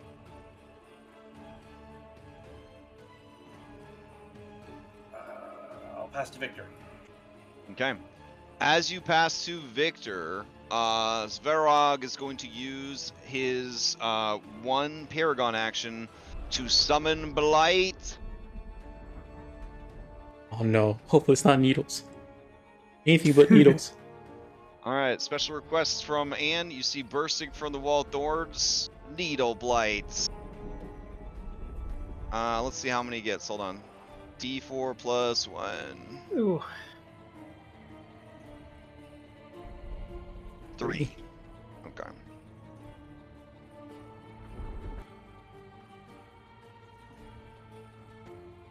All right. However, they must be controlled by his Paragon action. So he puts a Paragon action into them, he can control them. And he spent this Paragon just to summon them. All right.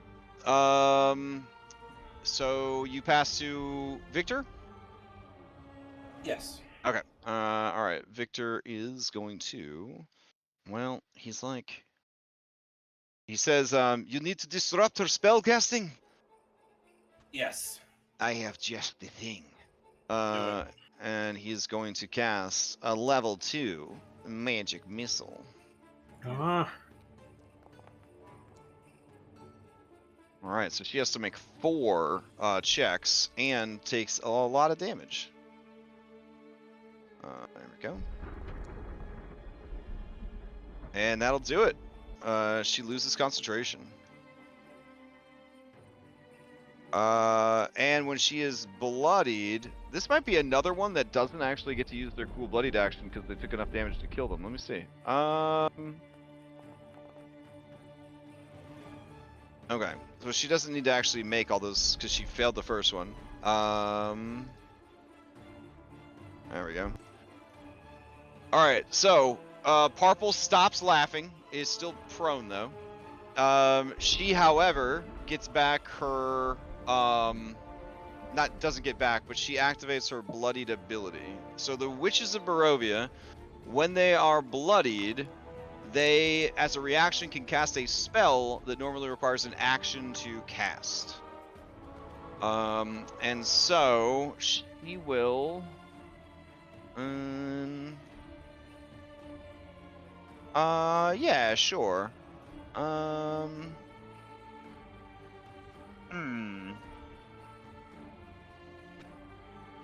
Oh, are these all ranged attack spells? Baby. Oh, this one's not. Okay. And make an intelligence saving throw against Tasha's Mind Whip. Oof. Intelligence. Oh, okay. Hold on. Yep. All right.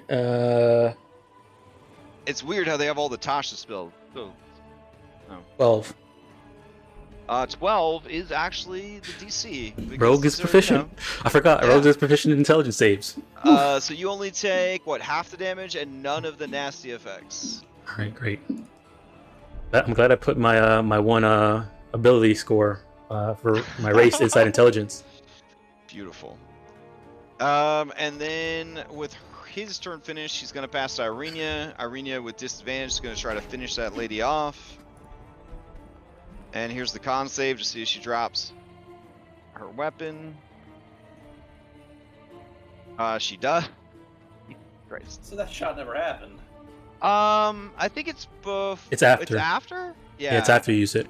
Every time you use it. So it implies that you would finish what you're doing and then drop it. Right? Range attacks are made at disadvantage. And every time you use an item held in your hands, including making an attack with a held weapon, on a failure, you drop the item after completing the action. Mm-hmm. Okay, so she does get that hit off on the witch, which kills her. But then she drops her weapon, and the weapon... it falls on top of the rocks. Okay, so she picks it up again. Her hands are just shaking like, I don't want to say Parkinson's, that's offensive, but they're shaking really, really badly. Like she cannot like hold on to anything. The tendons in her arms are just like jacked up. Like she's really cold. Shaking, yeah, like she just got out of an ice bath. There you go. Like she just got out of an ice bath. Wonderful. All right, so she has acted. She will pass to Esmeralda's ghost, so the Esmeralda's ghost can give out a inspiration. And Purple still has a turn as well. Yep. I'm give it to Wayne. All right, Wayne, you get an inspiration point. it's what type of inspiration is it? Is it regular inspiration or It bardic? is a straight up DM inspiration. Okay. Whew. Because the fact that you guys did not chicken out and leave, I am very impressed. Okay. So take that however you want. Parple is going to get up from prone. And he's going to look down at this lady and say, not funny. And then item interaction, he will, I guess, pick up his weapon. Not that it said he dropped it, but you know. And then he's going to head this way. He's going to have to move and dash, but he will get right up on these guys to get into melee with them. These things again. Shit. And then he will bolster Anne. Did that? Yeah, I got it. All right. Cool. It looks like it stripped out your acted, though, when I gave you bolstered. Yeah, That's it kinda did. weird. Yeah, it is weird. Yeah. Can they not coexist? Let me see if they can coexist. Oh. How weird. Okay. And then that's it, right, for the goodies? I'm not missing anybody, am I? All right. Those guys are all just going to key off of their things to continue the ritual. All right. At least one of them has to maintain this until midnight. So basically, with time being super slow in D&D land, as long as they can maintain it, basically they have to win the fight. So if they can win the fight with at least one guy still standing, then they will complete the ritual. All right. They will pass to their leader Svarog going into the new round. We could stop here at the beginning of the new round because we are at time. That's probably a good place for us to stop. All right. It probably could be best. Unless others want to press on. No, yeah, this is fine. It's fine. Yeah. And who knows? Like, you might get reinforcements coming in at the beginning of the combat round next session. So we will see. I mean, can I just keep playing this ghost against? I mean, if you want to play the ghost for the rest of this fight, if you feel like there's a better insertion point for your character, your new character, then that's fine. No, I bet the campaign because. Oh no, just the chillest campaign. You just a ghost following everybody around. Oh man. All right. That would be awesome if your new character was the ghost, though. There are rules for that. Yeah, there's plenty of homebrew rules for that for sure. All right, I'll take you guys back to the map. Well, that would make an epic team name. Now, not that we picked one yet, but SWAT Ghost. SWAT Ghost. Okay. Do you guys want Derpy Winter Splinter to be the background until next week? Sure. I'm fine with that. Instead of this rad cliff. Okay. I mean, only if the rad cliff is named Daniel. If you very nice. Oh dang. Oof. Shit. Oh, that was good. Oh man. Damn, that was good. I'm recovering. That's better than a D's nuts right there. Yeah, Wow. it is. All right. There we go. I should have photoshopped him to be T-posing. That would have been amazing. Next time. I mean, if you guys want to see one of the biggest glow ups of all time, you could let them complete the ritual because he gets way cooler. Just saying, he gets way cooler. No, I think we. Okay. I think we want to Can we see it even if they don't complete? Like, I don't know. All right, sure. If you guys managed to do it, I'll show you what he would have looked like and how big he would have been if they had finished the ritual. All right. Okay. So entering into the next round. All right. Entering new round. Druids passing to Varag. All right. And we'll pin it. Okay.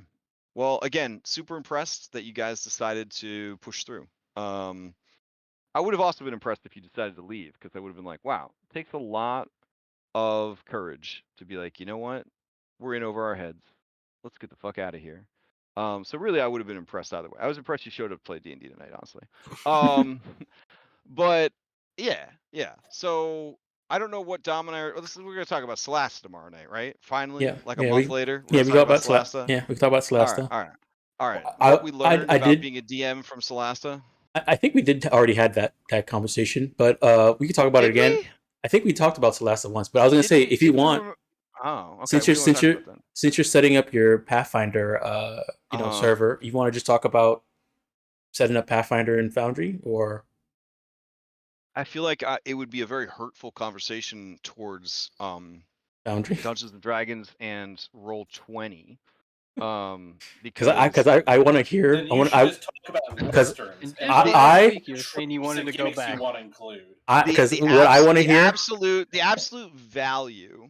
Yes, that's what I want to. That's what I want to talk about. Yeah, I mean, I will extol the absolute value of playing Pathfinder 2 on Foundry. Like, it's gonna be like a late night, like, back when there was regular TV and not streaming, and you couldn't sleep, and the guys like, selling you that sealant tape or some of the other bullshit. Like, it's gonna be like that. It's gonna be an infomercial about how fucking good, how absolutely good. I'll even show you some of the stuff, like, without too many spoilers, that is ready for the campaign that I didn't make. It's just ready for the campaign. It's absolute bananas. It's absolute bananas. Like, from what I saw just from the beginner box, thing that they made, like, it is so good. It is so extra, right? It is so extra that, like, it's hard to not be impressed. Like, when you see how extra it is. Yeah. Like, man, it's like the kid that you did, like, the volcano for the science fair. This kid actually built, like, a geothermal engine that's now powering, like, his entire neighborhood. Mm-hmm. Like, that's the fucking difference. Like, they went all the way, like, way more than they needed to. It's crazy. All right, so I guess we'll talk about that tomorrow. Yep. Saturday morning, we got Red Handed Doom. They're getting ready for the Battle of Brindle. I hope that's not a spoiler, but there's a big fight in Red Handed Doom, and they're getting ready to start it. So that should be pretty spicy. Are they getting help? Wink. Yes, they recruited. They actually recruited the dwarves. Yeah, when I saw that, I was like, man. Oh, wait, but they're bad guys. But they solved that problem. Oh, okay. Yeah. Just because you are a bad guy. I don't think their help is going to be as efficient as our help was. Oh no, someone got that help also. Oh, really? Good. Yeah. Good. Yeah. But also not good. Not good for them. Yeah, not good for them. Then Saturday night, we're going to be playing Solasta, hashtag not sponsored, the worst game that's also the best 5th edition D&D video game. It exists, like, in 2 states of being the worst and the best. So I wouldn't say it's the best D&D 5th edition game. I say it's the most accurate. Okay. I mean, that's pretty. Yeah, that's how I feel every time I saw Mind Twist. I mean, Dom, let's walk through it. What other 5e games are there? Baldur's Gate is kind of a 5e game. Baldur's Gate is a Divinity game. but it uses modified 5e rules, so it's not accurate. I mean, but it's a much better game than. So it's a 5e game. It's a 5e game not following the rules. It sounds like a 5e game to me. Okay, so what about that horrible Drizzt game that, like, me, Conti, and Volpe played through or whatever? That, like, that hack and slash one that it was so buggy. It was so buggy that eventually we just gave up because there was just parts, like, we couldn't get through because we just kept crashing. Like, that game. Is that better than Solasta? Well, I mean, I guess you could also argue, like, is the Neverwinter MMO? Like, that's definitely not. It's definitely not good. So, anyways, the best and worst D&D video game. Yeah, now that you walk me through it, yeah, it is. Yeah. So, anyways, we're gonna play that nonsense Saturday night. I'm excited. I'm excited about it. Because yeah, it's gonna be good. It's gonna be good. And then that's, like, the high level stuff. Sunday morning, Curse of Strahd Daybreak. They decided.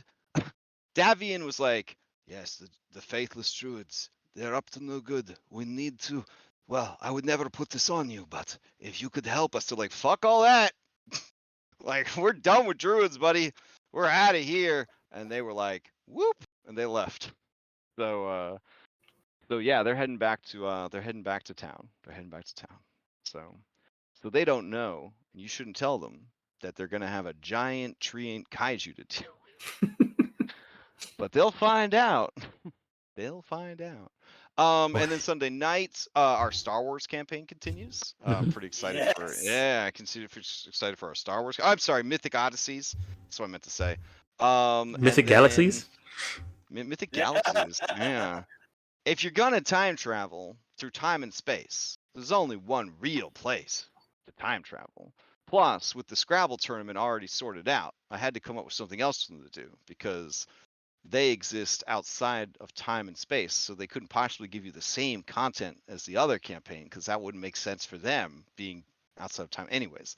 So Monday night, we've got possibly the last session of Odyssey Prime. Every session could be the last session moving forward. It's not like a TV show. We don't actually know when the last session is going to be. How many sessions have you been teasing it as possibly the last session? I think this is the first one that's actually the last. I keep saying we're getting close. Yeah, we're Yeah. getting now, closer but now officially any session could be the last session. Yeah. Because it's like it is by the Mass Effect writers, so they could just be like, Saren, remember who you are, and then roll like a high diplomacy check, and he'll be like, I'll kill sorry if you haven't played Mass Effect 1, I just fucking spoiled it for you. I'll kill myself, and then like skip half the boss fight. Did you guys not do that ending where you convinced Thorin to kill himself? I didn't do that ending actually.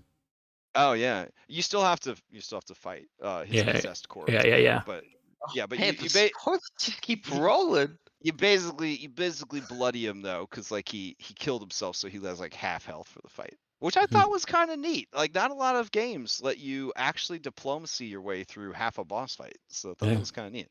Anyways, Tuesday, Abomination Vaults continues after a 1-week hiatus.